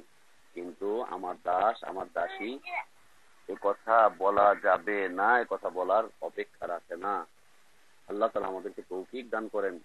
এই সমস্ত বিষয়গুলো হচ্ছে, এই সমস্ত বিষয়গুলো হচ্ছে মানুষের মৌখিক শব্দ, মৌখিক ভাবে এগুলো চলে আসে। মৌখিক ভাবে এগুলো চলে আসে। আমরা জেনে থাকি দাস প্রথা, দাস প্রথা, জি দাস প্রথাটা এমন একটা অবস্থায় ছিল যে ওই সময় ওই প্রথাটা মানুষের জন্য সত্যিকার অর্থে অকল্যাণ ছিল। এই জন্যই আল্লাহ রাসূল সাল্লাল্লাহু আলাইহি ওয়াসাল্লাম এত বেশি উৎসাহিত করেছেন মানুষকে গোলাম মুক্ত করার জন্য, দাস দাসী মুক্ত করার জন্য। কেন? যারা তাদেরকে ক্রয় করে নিজেদের আন্ডারে রাখতো, তারা তাদেরকে দিয়ে যা ইচ্ছা তাই করাতো, যা হুকুম করতো তাই করতো, যা হুকুম করতো তাই করতো। মালিক যদি অমুসলিম থাকতো তো তাকে অমুসলিম হতে বাধ্য করতো। মালিক কবর পূজারী, মালিক যদি হতো মূর্তি পূজারী, তাহলে তার দাস দাসীকে তারা ওইভাবেই করতো, ওইভাবেই করতো। তারা যা করতো তাই করতো, তারা যা আদেশ করতো সেই আদেশই পালন করতে হতো শতভাগ। দেখছেন না, ইতিহাস পড়েননি বিলাল রাদিয়াল্লাহু আনহুর কথা?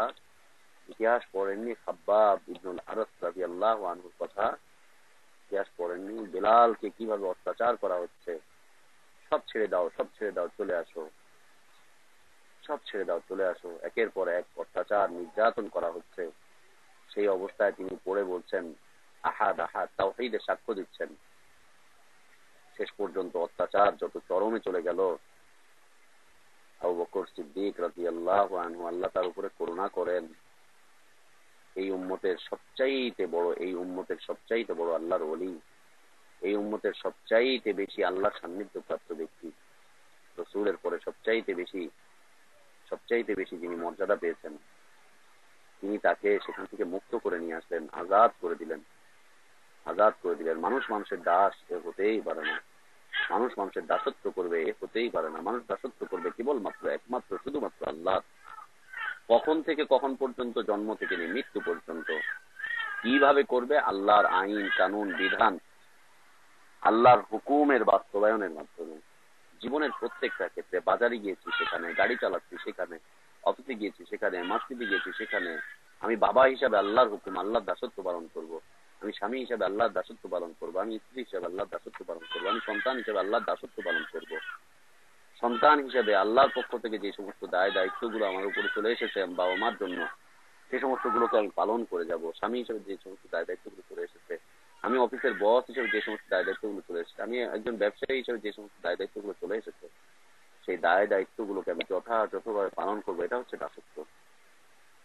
দাসত্ব প্রত্যেকটা মুহূর্তে আমাকে দেখতে হবে আল্লাহর পক্ষ থেকে কি আদেশ চলে এসেছে, প্রত্যেকটা আদেশকে যথাযথভাবে পালন করে যেতে হবে। এটা হচ্ছে দাসত্ব। যারা পীরের দাসত্ব করে ও আল্লাহর দাস নয়, যারা মাযহাবের দাসত্ব করে ও আল্লাহর দাস নয়, যারা ইমামের দাসত্ব করে, যারা নেতার দাসত্ব করে, নেতার হুকুমকে যথাযথভাবে পালন করে, ও আল্লাহর দাসত্ব থেকে বের হয়ে চলে যাচ্ছে। আল্লাহ আমাদেরকে আল্লাহর দ্বীন বোঝার তৌফিক দান করেন, আল্লাহ আমাদেরকে তাওহীদ বোঝার তৌফিক দান করেন, আল্লাহ আমাদেরকে ঈমান বোঝার তৌফিক দান করেন, আল্লাহ আমাদেরকে বিশুদ্ধ পথে অগ্রসর হওয়ার তৌফিক দান করেন। আল্লাহ আমাদেরকে জীবনে যতদিন বেঁচে থাকি আল্লাহ দ্বীনকে নিয়ে প্রচেষ্টা চালিয়ে যাওয়ার তৌফিক দান করেন।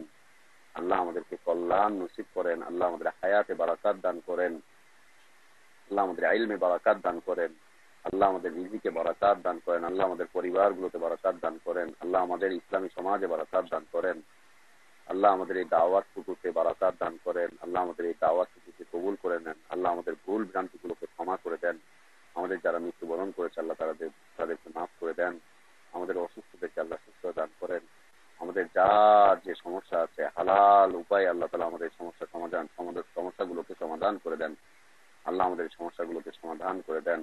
আল্লাহুম্মা আমিন। ওয়া আখির দাওয়ানা আলহামদুলিল্লাহি রাব্বিল আলামিন। সাল্লাল্লাহু ওয়া সাল্লাম ওয়া বারাকা আলা নবিয়িনা মুহাম্মদ ওয়া আলা আলিহি ওয়া আসহাবিহি আজমাইন।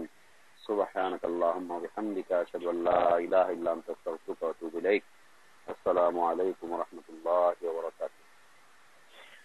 ওয়ালাইকুম আসসালাম ওয়া রাহমাতুল্লাহি ওয়া বারাকাতুহু। সম্মানিত ব্রাদার এন্ড সিস্টার ইসলাম, ইনশাআল্লাহ আমাদের ব্রাদার যদি সময় দেন একটু, তাহলে আমরা অতি শর্ট টাইমের ভিতরেই আমরা প্রশ্নোত্তর পর্ব দিকে মুভ করবো। তার পূর্বে ছোট্ট দুটি ঘোষণা, ইম্পর্টেন্ট ঘোষণা।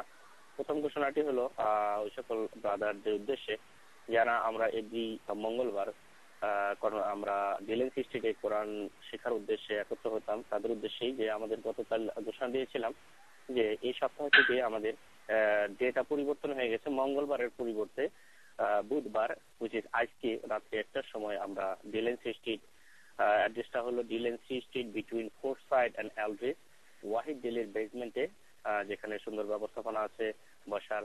সেখানে আমাদের কোরআনিক ক্লাস হয় সুশুদ্ধভাবে কোরআনকে শেখার উদ্দেশ্যে। যারা আগ্রহী ইনশাআল্লাহ তাদেরকে আহ্বান করবো আপনারা সেখানে আসতে পারেন। এবং পাশাপাশি জানিয়ে দিচ্ছি আমাদের কাছে স্টিল কিছু বইও আছে, যে বইগুলো অথেন্টিক বই ইনশাআল্লাহ আপনারা আমাদের কাছ থেকে সংগ্রহ করতে পারেন। তো ইনশাআল্লাহ তাহলে আজকে আমরা যারা কোরআন শিখতে প্রত্যেক সপ্তাহে মঙ্গলবার উপস্থিত হতাম, হয়তো অনেকেই গতকাল সেখানে গিয়েছিলেন, ইনফরমেশনটা দিতে আমাদের দেরি হয়ে গিয়েছিল, যার জন্য আমরা দুঃখিত। তো আজকে আমরা সকলে সেখানে উপস্থিত হওয়ার চেষ্টা করব। দ্বিতীয় ঘোষণাটি হলো ইনশাআল্লাহ আগামীকাল থাকবে আমাদের ধারাবাহিক আলোচনা থেকে নিয়ামুল কোরআন সম্পর্কিত আলোচনা, যে নিয়ামুল কোরআনের ভিতরে কি গুপ্তধন রয়েছে তাদের, সে সম্পর্কিত আলোচনা ইনশাআল্লাহ আমরা জানতে পারবো আগামীকাল। নিয়ামুল কোরআনের উপর আলোচনা, যে আলোচনাটি কনফারেন্সে পূর্বে কখনো শোনা হয়নি। গত পরশুদিন আমরা শুনেছিলাম ফাজাইল আমল এবং তাবলীগের নিসাব সম্পর্কে আলোচনা। আর বলবো যারা এই আলোচনাগুলি শুনতে পাচ্ছেন না তারা রেকর্ডের থেকে শুনতে পারবেন না, কারণ এই আলোচনাগুলো আমরা রেকর্ড করি না বিধায়। যারা এই আলোচনাগুলো পরিপূর্ণভাবে শুনতে চান তারা আমাদের সাথে যোগাযোগ করতে পারেন ডিলেন্সি স্টেটে। যারা বাইরে থেকে আলোচনাগুলো চান আমাদের সাথে যোগাযোগ করবেন 6465205078 নাম্বারে, অথবা ইমেল করতে পারেন ikram1@msn.com। ইনশাআল্লাহ আমরা আমাদের সাধ্য অনুসারে আপনাদেরকে সিডি প্রোভাইড করার চেষ্টা করবো ইনশাআল্লাহ। জাযাকুমুল্লাহ খায়রান। তো আমি এখন সিস্টেম চেঞ্জ করে দিচ্ছি। যারা নতুন লাইনে আছেন, অনেক বাজারে আছেন, যারা নতুন লাইনে আসছেন তাদের অবগতির জন্য জানাচ্ছি যে আমাদের সিস্টেম চেঞ্জ করার পরে *6 প্রেস করে ফোনটাকে আনমিউট করে নিতে হবে। আবার প্রশ্ন শেষ হলে অবশ্যই *6 প্রেস করে ফোনটাকে মিউট করে দিবেন। তো সিস্টেম চেঞ্জ করার পূর্বে আমি মতির ভাইয়ের কাছে জানতে চাচ্ছি যে একটু সময় দিবেন কিনা প্রশ্ন করবেন ইনশাআল্লাহ। মতির ভাই কি আছেন লাইনে? জি, আসসালামু আলাইকুম। জি, 15-20 মিনিট সময় দিবেন ইনশাআল্লাহ। ওকে ইনশাআল্লাহ, জাযাকুমুল্লাহ খায়রান। তো ইনশাআল্লাহ আমি সিস্টেম চেঞ্জ করে দিচ্ছি। সিস্টেম চেঞ্জ করার পরে আপনারা প্রশ্ন করবেন *6 প্রেস করে। জাযাকুল্লাহ।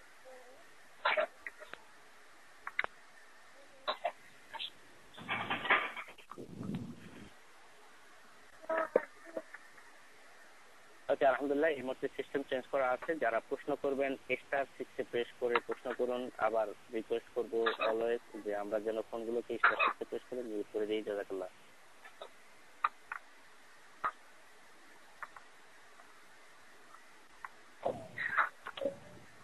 হ্যালো, আসসালামু আলাইকুম। ওয়ালাইকুম আসসালাম ওয়া রাহমাতুল্লাহ। ভালো আছেন ভাই? আলহামদুলিল্লাহ। আমাদের আসলে একটা বিষয়, আপনি যে বলছেন যে সাইয়েদানা ওই যে আবু দাউদে আছে হাদিসটা মুসনাদ আহমদে, তো একটু মানে ওটা কোন অধ্যায়তে আছে অথবা নাম্বার যদি বলতে পারেন তাহলে সুবিধা হয়। আর আরেকটা বিষয় হচ্ছে যে আরেকটা প্রশ্ন হচ্ছে যে দায়িত্ব মানে কিভাবে আদায় করা যায়, এটার বিষয়ে একটু যদি বলেন। কি আদায় করা যায় ভাই? মানে মাতা পিতার জন্য যে কর্তব্য, ছেলের উপরে যে কর্তব্য, সেটা কি পর্যায়ে কর্তব্যগুলা, অথবা কি ধরনের কর্তব্যগুলা ফরজ আর কি, ওটা একটু যদি বিস্তারিত বলেন।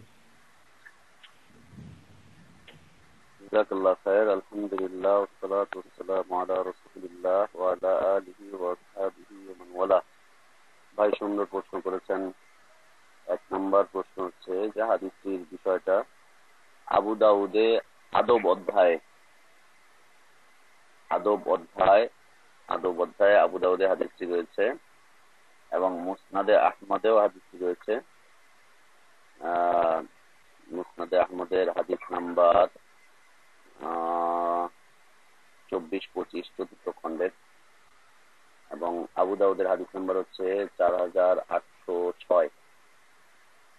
এই হাদিসটি রয়েছে যে সাইয়্যিদ রাসূলুল্লাহকে বলেছিলেন সাহাবী, তিনি নিষেধ করে দিয়েছিলেন। পিতামাতার হক কিভাবে আদায় করা যায়? কিন্তু পিতামাতার হক আদায় করতে হবে আল্লাহর হুকুম অনুযায়ী। আল্লাহ সুবহানাহু ওয়া তাআলা পিতামাতার আনুগত্য করতে বলেছেন। পিতামাতার আনুগত্য যেন কখনোই আল্লাহর আনুগত্যের বাইরে না যায়। আপনার বাবা আপনাকে বলছে যে বাবা আমেরিকা থেকে আসার সময় 52 ইঞ্চি একটা ফ্ল্যাট টেলিভিশন নিয়ে এসো। মা বলল যে আসার সময় আমার জন্য এই ধরনের পাপের কোন একটা বস্তু নিয়ে যেতে, জিনা নেওয়া যাবে না, জিনা নেওয়া যাবে না। পিতামাতা কোনো পাপের আদেশ করেছে, জিনা সেটাকে পালন করা যাবে না। পিতামাতা কোন ধরনের পাপের পথে আদেশ করেছে, সে সমস্ত আদেশ পালন করা যাবে না। পিতা মাতার আদেশগুলো সবসময় আল্লাহর আদেশের অন্তর্ভুক্ত হতে হবে, হালাল হতে হবে। হালাল, পিতামাতা আদেশ করেছে বাবা তোমার বোনকে সাহায্য সহযোগিতা করো, সে গরিব আছে, মজলুম আছে, দেওয়া যাবে। পিতামাতার জন্য আল্লাহর পক্ষ থেকে যে বিষয়গুলো, সেটা হচ্ছে মা বাবা আপনাকে যেমন তারবিয়াত করেছেন, লালন পালন করেছেন ছোটবেলায়, আপনি যখন পরিণত বয়সে পৌঁছাবেন তখন তাদেরকে সেভাবে দেখাশোনা করবেন। পিতামাতার উপরে কয়েকটি হক সন্তানের: খাদ্যের ব্যবস্থাপনা করা, নিজে যা খাচ্ছি তার চাইতে ভালো খাবার পিতামাতার জন্য ব্যবস্থাপনা করতে হবে। নিজে যা খাচ্ছি তার চাইতে ভালো খাবার অথবা সমমানের খাবার। নিজে যা পড়ছি সেই সমমানের বস্ত্র পিতামাতার জন্য দিতে হবে। পিতামাতার চিকিৎসার খোঁজ খবর রাখতে হবে। পিতামাতার জন্য বাসস্থানের ব্যবস্থা করতে হবে। এগুলো হচ্ছে তাদের মৌলিক চাহিদা, মৌলিক দাবি। এই দাবিগুলোকে পালন করতে হবে। অমুসলিম হলেও সন্তান মুসলিম, পিতাও মুসলিম, মাও মুসলিম, সেই অবস্থায় তাদের জন্য এই মৌলিক চাহিদাগুলোর বাস্তবায়ন করতে হবে। এগুলো দিতে হবে, এগুলো তাদেরকে দিতে হবে। কিন্তু তারা যদি কখনো আমাকে বলে ফেলে বিদআত করতে, শিরিক করতে বা হারাম কোনো কাজ করতে, জিনা, এবং তাদের যে হালাল দাবিগুলো আছে, হালাল চাওয়া পাওয়া গুলো আছে, এই হালাল চাওয়া পাওয়া গুলোর বাস্তবায়ন যদি সম্ভব হয় তাহলে করতে হবে। সম্ভব হলে করতে হবে, হালাল চাহিদাগুলোকে বাস্তবায়ন করতে হবে। কোনো হারাম করা যাবে না। কারণ আল্লাহ রাসূল সাল্লাল্লাহু আলাইহি ওয়াসাল্লাম বলছেন, লা তাআতাল মাখলুক ফি মাসিয়াতিল খালিক। আল্লাহর অবাধ্যতায়, সৃষ্টিকর্তার অবাধ্যতায়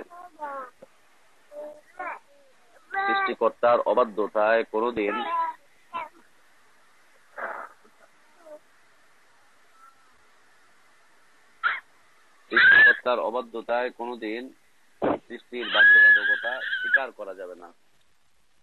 আল্লাহ সুবহানাহু ওয়া তাআলা সূরা আনকাবুতে বলছেন, ওয়া ইন জাহাদাকা আলা আন তুশরিকা বি মা লাইসা লাকা বিহি ইলমুন ফালা তুতি'হুমা।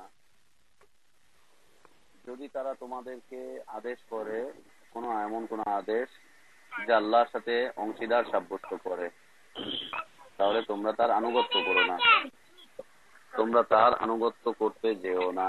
তো পিতা মাতার হালাল কথাবার্তার আনুগত্য করতে হবে, হারাম কথাবার্তা আনুগত্য করা যাবে না। সেগুলোকে বর্জন করতে হবে সম্মানের সাথে সেগুলোকে বর্জন করতে হবে। কোনো পাপের কথাকে করা যাবে না। আর মুসলিম হোক অমুসলিম হোক, পিতামাতা তাদের জন্য নির্ধারিত কয়েকটি হক, তাদের খাদ্য, অন্ন, বস্ত্র, চিকিৎসা যথাসাধ্য এগুলোর ব্যবস্থাপনা করে যেতে হবে। এছাড়াও আমি অনুরোধ করব কোরআন পড়ার জন্য। কোরআনে পিতামাতার হক সংক্রান্ত যে সমস্ত আয়াতগুলো রয়েছে সেগুলো পড়বেন, হাদিসগুলো পড়বেন। পড়লে ইনশাআল্লাহ আমাদের এই বিষয়গুলো স্পষ্ট হয়ে যাবে। মৌলিকভাবে এতটুকু। আল্লাহু আলাম। হ্যালো, আসসালামু আলাইকুম। ওয়ালাইকুম আসসালাম। আমার একটা প্রশ্ন ছিল। আমার বাবা মারা গেছেন 2 মাস হলো, ওর মাও মারা গেছেন। তো তাদের কল্যাণের জন্য আমি কি করতে পারি? জাযাকাল্লাহ খায়র। আলহামদুলিল্লাহ ওয়াসসালাতু ওয়াসসালামু আলা রাসূলিল্লাহ ওয়া আলা আলিহি ওয়া সাহবিহি ওয়া মান। বিষয়টি একটু স্পর্শকাতর।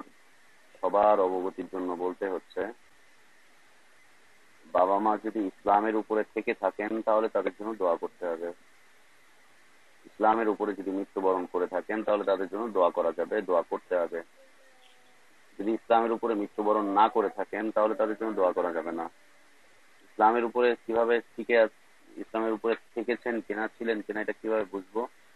দেখতে হবে স্পষ্ট পরিষ্কার কোন শিরিক তাদের মধ্যে ছিল কিনা। স্পষ্ট কোন শিরিক, স্পষ্ট কুফরি বা তারা কুফরির পথে প্রচেষ্টা চালাতো, কুফরির উপরে ছিল এমন কিছু আছে কিনা, এই অবস্থার উপরে তার মৃত্যু হয়েছে কিনা, কুফরির উপরে, স্পষ্ট শিরকের উপরে। এবং দ্বিতীয় বিষয় হচ্ছে যে তারা 5 ওয়াক্ত সালাত আদায় করতেন কিনা, 5 ওয়াক্ত সালাত আদায় করতেন কিনা। যদি 5 ওয়াক্ত সালাত আদায় করে থাকেন, স্পষ্ট শিরক এবং কুফরি না থেকে থাকে, তাহলে তার জন্য দোয়া করা যাবে। দোয়া হচ্ছে সবচেয়ে উত্তম প্রাপ্তি তাদের জন্য। আল্লাহ রাসূল সাল্লাল্লাহু আলাইহি ওয়াসাল্লাম বলেছেন, ইযা মাতাল ইনসান ইনকাতা আমালুহু ইল্লা মিন সালাত, মানুষ যখন মারা যায় তার সকল আমল বন্ধ হয়ে যায়, কিন্তু 3টা বাকি থাকে। 3টি বাকি থাকে। 1 নম্বর বিষয় হচ্ছে সাদাকায়ে জারিয়া। তিনি যদি নিজে কোনো সাদাকা করে দিয়ে থাকেন, মসজিদ করে গিয়েছেন, মাদ্রাসা করে গিয়েছেন, ভালো কোনো কাজ করে গিয়েছেন, সমাজের উন্নয়নের জন্য কাজ করেছেন, যদি করে গিয়ে থাকেন তাহলে তার ফলাফল তিনি পাবেন। তিনি যদি কোনো জ্ঞান ছেড়ে গিয়ে থাকেন, ইসলামী জ্ঞান, কোরআনের তাফসীর করেছেন, হাদিসের অধ্যয়ন, হাদিসের দার্স করেছেন, ইসলামের পথে মানুষকে আহ্বান করেছেন, ইসলামিক জ্ঞান তিনি ছেড়ে গিয়েছেন, গবেষণা তিনি ছেড়ে গিয়েছেন, যদি এমনটি করে থাকেন তাহলে তিনি সেখানে পাবেন। আও ওয়ালাদুন সালিহুন ইয়াদউ লাহু, অথবা তার যদি কোনো নেককার সন্তান থেকে থাকে, মুসলিম সন্তান থেকে থাকে, এই মুসলিম সন্তান যদি তার জন্য দোয়া করে তাহলে এটা পৌঁছাবে তার কাছে। এই 3টি বিষয় মনে রাখেন যে মুসলিম সন্তান যদি থাকে, নেক সন্তান যদি থাকে, নেক সন্তান যদি দোয়া করে তাহলে আল্লাহ তাআলা সেই দোয়া কবুল করবেন এবং পিতার আত্মায় আল্লাহ সুবহানাহু ওয়া তাআলা সেগুলো পৌঁছাবেন। অমুসলিমের জন্য দোয়া করা যাবে না, স্পষ্ট শিরক কুফরের উপরে যারা ছিল তাদের জন্য দোয়া করা যাবে না, বেনামাজির জন্য দোয়া করা যাবে না। রাসূল ইসলামের মায়ের জন্য তিনি দোয়া করতে পারেননি, তার বাবার জন্য তিনি দোয়া করতে পারেননি, আল্লাহ তাআলা অনুমতি দেননি তাকে দোয়া করতে। তিনি দোয়া করতে চেয়েছিলেন, দোয়া করার অনুমতি দেননি। তো কারো বাবা মা আত্মীয় স্বজন মারা গেলে আমাদের জন্য যেটা করণীয় সেটা হচ্ছে আমরা দোয়া করব, ভাড়া করে এনে কাউকে দিয়ে দোয়া করাবো না। কাউকে আনলাম 500 টাকা দিয়ে, 1000 টাকা দিয়ে, তিনি কিছু এসে কতক্ষণ গীত গাইলেন, গীত গিয়ে তারপরে লম্বা সুর করে দোয়া করতেন, ওই দোয়া আল্লাহর কাছে গ্রহণযোগ্য নয়। ওই দোয়া আল্লাহর কাছে গ্রহণযোগ্য নয়। পিতামাতার জন্য সবচাইতে বেশি কষ্ট হবে তার সন্তানদের। সন্তান দুঃখ কষ্টে পড়ে আবেগ অনুভূতি নিয়ে আল্লাহর কাছে চাইবে, ইনশাআল্লাহ আল্লাহ তাআলা মাফ করবেন। 4 নম্বর বিষয় হচ্ছে যে আমাদের দেশে মৃত্যুকে, মৃত ব্যক্তিকে কেন্দ্র করে যা যা করা হয়, মানুষ মরে যায় সাথে সাথে তার কপালের সামনে এসে বসে কোরআন পাঠ করা শুরু করে, 70,000 বার লা ইলাহা ইল্লাল্লাহর খতম করছে, মাদ্রাসায় গিয়ে দোয়া ইউনুসের খতম করছে, তারপরে দুরুদে নারিয়ার খতম করছে, হ্যাঁ, তারপরে হচ্ছে দুরুদে হাজারির খতম করছে। এগুলো সব বিদাতি পন্থা, এগুলো করা যাবে না। তারপরে আবার কি করছে, বাপের নামে খরচা করছে, 3 দিন, 40 দিন, 7 দিন, বার্ষিকী, এগুলো করা যাবে না। আল্লাহু আকবার। এখন যে মৃত্যুবার্ষিকী আর 40 গুলো করে বিয়ের অনুষ্ঠানের মতো, সেম নারী পুরুষের অবাধ মিলামেশা, সব মেকআপ টেকআপ করে আসছে, সেন মেরে আসছে, এই জন্য একটা মিলন মেলা। একটা লোক মারা গিয়েছে, সেই আনন্দে এখন সব থাকতে যাচ্ছে, 40 আর মৃত্যুবার্ষিকীটাই দেখা যাচ্ছে। লা ইলাহা ইল্লাল্লাহ, এগুলো ঠিক নয়। 3 দিন, 7 দিন, 1 মাস, 40 দিন মৃত্যুবার্ষিকী, তারপর তার জন্মবার্ষিকী, এগুলো ইসলামে নেই। খতম পড়ানো, মিলাদ পড়ানো, এগুলো ইসলামে নেই। দুরুদের খতম, তারপরে হচ্ছে বিভিন্ন খতম, এগুলো ইসলামে নেই। হুজুরকে এনে দোয়ার কথা, এগুলো ইসলামে নেই। নিজে দোয়া করতে হবে, আল্লাহ তাআলা কবুল করবেন ইনশাআল্লাহ। আল্লাহু আ'লাম, আল্লাহ ভালো জানেন। জাযাকাল্লাহু খাইরান। তো ইনশাআল্লাহ নেক্সট যদি কারো প্রশ্ন থাকে প্রশ্ন করতে পারেন। পাশাপাশি আরেকটা বিষয় বলতে ভুলে গিয়েছিলাম যে যারা আমাদেরকে বহু পূর্বে বেশ কিছুদিন হলো আমাদেরকে ইমেল করেছিলেন সিডির জন্য, ইনশাআল্লাহ দিস উইক বাই টুমরো আমরা সিডিগুলো মেল করতেছি। আশা করি খুব শর্ট টাইমে আপনারা সিডিগুলো পেয়ে যাবেন। আবার 25টা ফ্যামিলি ইমেল করেছিলেন, জাযাকাল্লাহু খাইরান। তো আমরা আমাদের সাধ্য অনুসারে আপনাদের সিডিগুলো পাঠানোর চেষ্টা করতেছি। নেক্সট শিপমেন্টে পরে যখন আমরা আবার সিডি নেট করবো আরো বেশি করে সিডি দেওয়ার চেষ্টা করব। আর বলছিলাম যারা নতুন সিডি চাচ্ছেন আপনারা ইমেল করতে পারেন। ইমেল করার পরে আমাদের হাতে সিডিগুলো যখনই মজুদ হয়ে যাবে, রেডি হয়ে যাবে, ইনশাআল্লাহ আমরা সময় মতো মেল করে দেবো। জাযাকাল্লাহু খাইরান। তো নেক্সটে যে প্রশ্ন আছে প্রশ্ন করতে পারেন। ভাই সালাম আলাইকুম। ওয়ালাইকুম আসসালাম ওয়া রাহমাতুল্লাহ। জি জি, কেউ প্রশ্ন করতে চাচ্ছেন? প্রশ্ন করেন। হ্যালো, আসসালামু আলাইকুম। ওয়ালাইকুম আসসালাম ওয়া রাহমাতুল্লাহ। আমার একটা প্রশ্ন, আমি জাস্ট একটু আপনার একটা সাজেশন চাই। আমি বাংলাদেশের বাইরে থেকে বলছি। আমি যে বিল্ডিং এ বাস করি, তো সেখানে আমার যে প্রতিবেশীরা আছে, তো তাদেরকে আমি ডাকার চেষ্টা করছি, এবং তারা শিরকের মধ্যে আছে, মাজার পূজা করে, তারপরে আপনার পীরের এগুলি করে তারা। তাদের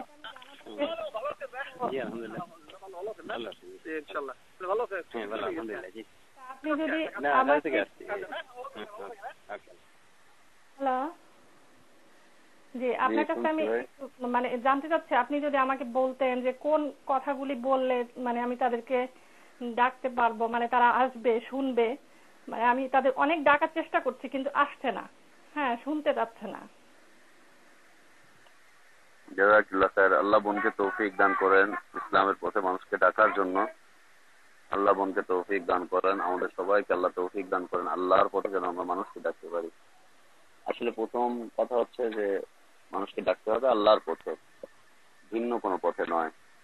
আল্লাহর পথে ডাকতে হবে, কোনো দলের ব্যানারে নয়, কোনো সাইনবোর্ডের, কোনো নেতার ব্যানারে, কোনো আমিরের ব্যানারে, হ্যাঁ, কারো ব্যানারে নয়, কারো দিকে নয়। আল্লাহর পথে, আল্লাহর দিকে মানুষকে ডাকতে হবে, শুধুমাত্র আল্লাহর পথে, শুধুমাত্র আল্লাহর দিকে মানুষকে ডাকতে হবে। দ্বিতীয় বিষয় হচ্ছে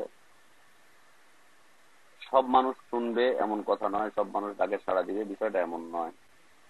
সামান্য সংখ্যক মানুষ সাড়া দেয়। আল্লাহ সুবহানাহু ওয়া তাআলা বলছেন ওয়ালাকিন্না আকসারান নাস লা ইউমিনুন, অধিকাংশ মানুষ ঈমান আনে না, অধিকাংশ মানুষ মুশরিক, অধিকাংশ মানুষ ফাসিক, অধিকাংশ মানুষ কাফের, অধিকাংশ মানুষ বোঝে না, অধিকাংশ মানুষ ঈমান আনে না। এগুলো আল্লাহর কথা। তো এতে বিচলিত হওয়ার কিছু নেই যে তাদেরকে ডাকছেন তারা আসছে না, সাড়া দিচ্ছে না, বিচলিত হওয়ার কিছু নেই। বলতে থাকেন, ইনশাআল্লাহ চলে আসবে। 3 নম্বর বিষয় হচ্ছে যে কিভাবে ডাকবেন। বিষয়টা হচ্ছে যে তারা যে সমস্ত মাবুদ গুলোর ইবাদত করছে, এই সমস্ত মাবুদ গুলোর অসারতা সম্পর্কে তাদের কাছে যুক্তিপূর্ণ কথাবার্তা তুলে ধরেন। আর এই যুক্তিগুলো যেন হয় কোরআন সুন্নাহর আলোকে। যেমন আজকে আলোচনার মধ্যে একটা বিষয় নিয়ে আসলাম যে আল্লাহ সুবহানাহু ওয়া তাআলা মানুষের কাছে দাওয়াত পেশ করেছেন, আম খুলিকু মিন গায়রি শাইইন আম হুমুল খালিকুন আম খালাকুস সামাওয়াতি ওয়াল আরদ। এই যে এত দেব দেবীর পূজা চলছে, ইবাদত চলছে, এই চলছে সেই চলছে, যারা ইবাদত গুলো করছে তারা কি কোনো কিছু ছাড়া এমনি এমনি সৃষ্টি হয়ে গিয়েছে? এমনি সৃষ্টি, অনর্থক সৃষ্টি। যাদের ইবাদত করছে তারা কি আকাশ এবং জমিনকে সৃষ্টি করেছে? যারা কবর পূজা করছে, মাজার পূজা করছে, তাদের কাছে এই বিষয়ের অসারতা সম্পর্কে তুলে ধরেন। মানুষের পূজা করছে তাদেরকে তুলে ধরেন যে দেখো, তোমাকে যে সৃষ্টি করেছেন তোমার পীরকেও তিনি সৃষ্টি করেছেন, তিনি তোমাকে সৃষ্টি করেছেন, তোমার পীরকেও তিনি সৃষ্টি করেছেন। তোমাকে তিনি সৃষ্টি করেছেন, তুমি যে কবরওয়ালার ইবাদত করো তাকেও তিনি সৃষ্টি করেছেন, মাজারওয়ালার যার ইবাদত করো তাকে তিনি সৃষ্টি করেছেন। তোমাকে কে রিজিক দিচ্ছেন, তোমাকে কে হায়াত দিয়েছেন, তোমাকে কে সুস্থ করছেন, তোমাকে কে সৃষ্টি করেছেন, এই বিষয়গুলো তার সামনে তুলে ধরেন। আল্লাহ তাওহীদের বিষয়গুলো তাদের সামনে তুলে ধরেন। ইনশাআল্লাহ তাদের অন্তরের ভিতরে, যাদেরকে আল্লাহ তাআলা চাইবেন তাদের অন্তরের মধ্যে আল্লাহ তাআলা ঈমানের আলো দান করবেন ইনশাআল্লাহ।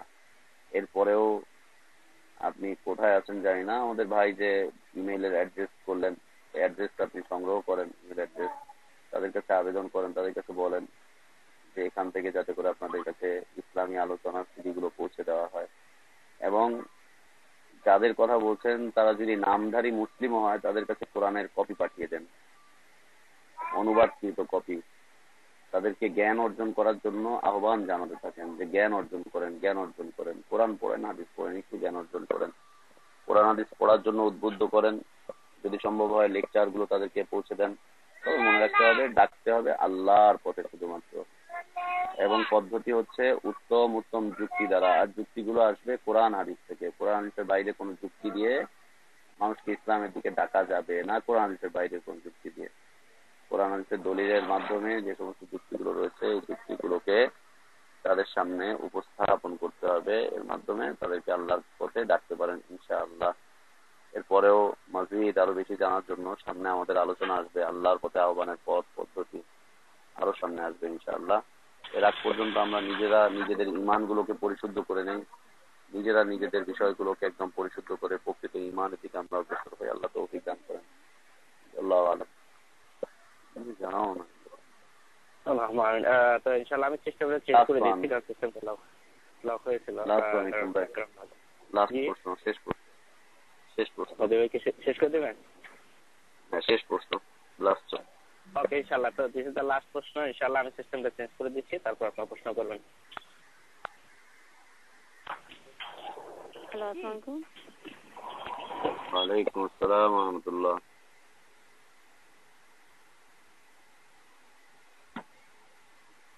সিস্টেম এই মুহূর্তে সিস্টেম চেঞ্জ করা হয়েছে। এর আগে আপনার সিস্টেম আনলক ছিল।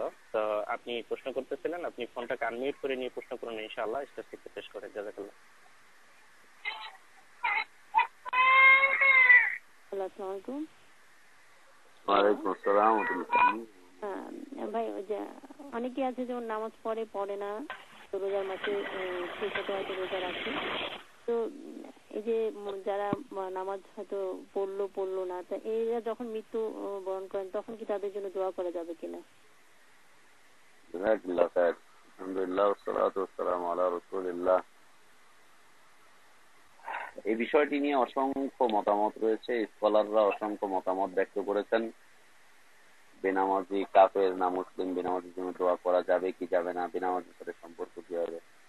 স্কলারদের মধ্যে অসংখ্য বিভেদ রয়েছে, অসংখ্য ইখতিলাফ রয়েছে। তবে মনে রাখেন, কোরআন সুন্নাহয় কোনো ইখতিলাফ নেই, আল্লাহ এবং তার রাসূলের বক্তব্যের মধ্যে কোনো ইখতিলাফ নেই। স্কলাররা ইখতিলাফ করতে পারে, আমি ইখতিলাফ করছি, আরেক ভাই ইখতিলাফ করছেন। ইখতিলাফ মানে হচ্ছে মতানৈক্য করেছেন। স্কলারদের মতের পিছনে যারা ঢুকবে, স্কলারদের মতামতকে যারা নিবে, তারা আল্লাহ এবং তার রাসূলের বক্তব্যকে বর্জন করবে। স্কলারদের মতামতকে নিতে গেলে আল্লাহ এবং তার রাসূলের মতামতকে বর্জন করা হবে। আল্লাহ এবং তার রাসূলের মতামত, আল্লাহ এবং তার রাসূলের বক্তব্যগুলোকে আমাদেরকে নিতে হবে।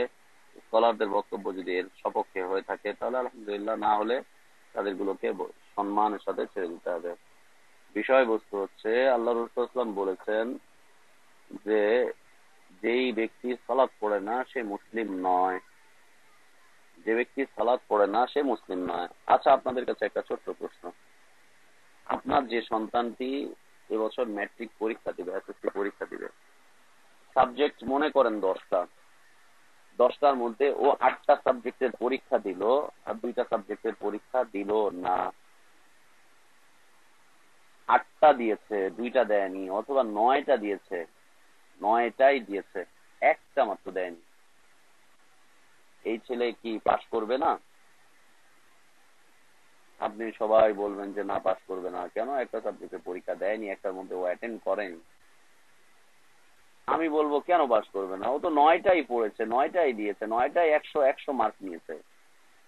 ও 9টার রেজাল্ট এত ভালো হয়েছে যে 100 মার্ক পেয়েছে। মনে করেন সাপোজ 100 মার্ক পেয়েছে 9টার মধ্যে 100 মার্ক পেয়েছে, আর একটার ও দেয়নি, অ্যাটেন্ডই করেনি। কেন পাশ করবে না? সমস্যা কি? ভালো ছেলে, ব্রেনি ছেলে, খুব ভালো পড়াশোনা করছে, একটাই দেয়নি, সমস্যা কি? আবার যদি আপনাকে প্রশ্ন করি, একটা ছেলে 9টা সাবজেক্টে পাস করেছে, শত মার্ক নিয়ে, 100 মার্ক নিয়ে, একটার মধ্যে ও ফেল করেছে, ছেলেটা পাস নয়। কেন পাস করবে না? ও তো 9টাই পাস করেছে, ভালো নাম্বার পেয়েছে, কেন ফেল করলো সে? কেন তাকে আবার পরীক্ষা দিতে হবে? কেন? বিষয়টা কি? জি না, 5 ওয়াক্ত সালাত আল্লাহ সুবহানাহু ওয়া তাআলা আমাদের জন্য ফরজ করেছেন। তাও আবার যেন তেন অবস্থায় নয়, নবীকে দুনিয়ায় রেখে আল্লাহ তাআলা উপর থেকে বিধান দিয়ে তারপরে নয়। আল্লাহ সুবহানাহু ওয়া তাআলা তাকে একেবারে আকাশে তাকে ডেকে নিয়েছেন, আকাশে ডেকে নিয়ে সপ্তম আসমানের উপরে, তার উপরে তাকে বলে দিয়েছেন যে তোমার উম্মতের জন্য 5 ওয়াক্ত সালাতকে ফরজ করে দেওয়া হলো। জিবরিল আমিন আলাইহিস সালাতু ওয়াস সালাম তিনি বলছেন রাসূল সাল্লাল্লাহু আলাইহি ওয়াসাল্লামের মৃত্যুর আগে যে আপনার উম্মত সালাতকে নষ্ট করে ফেলবে।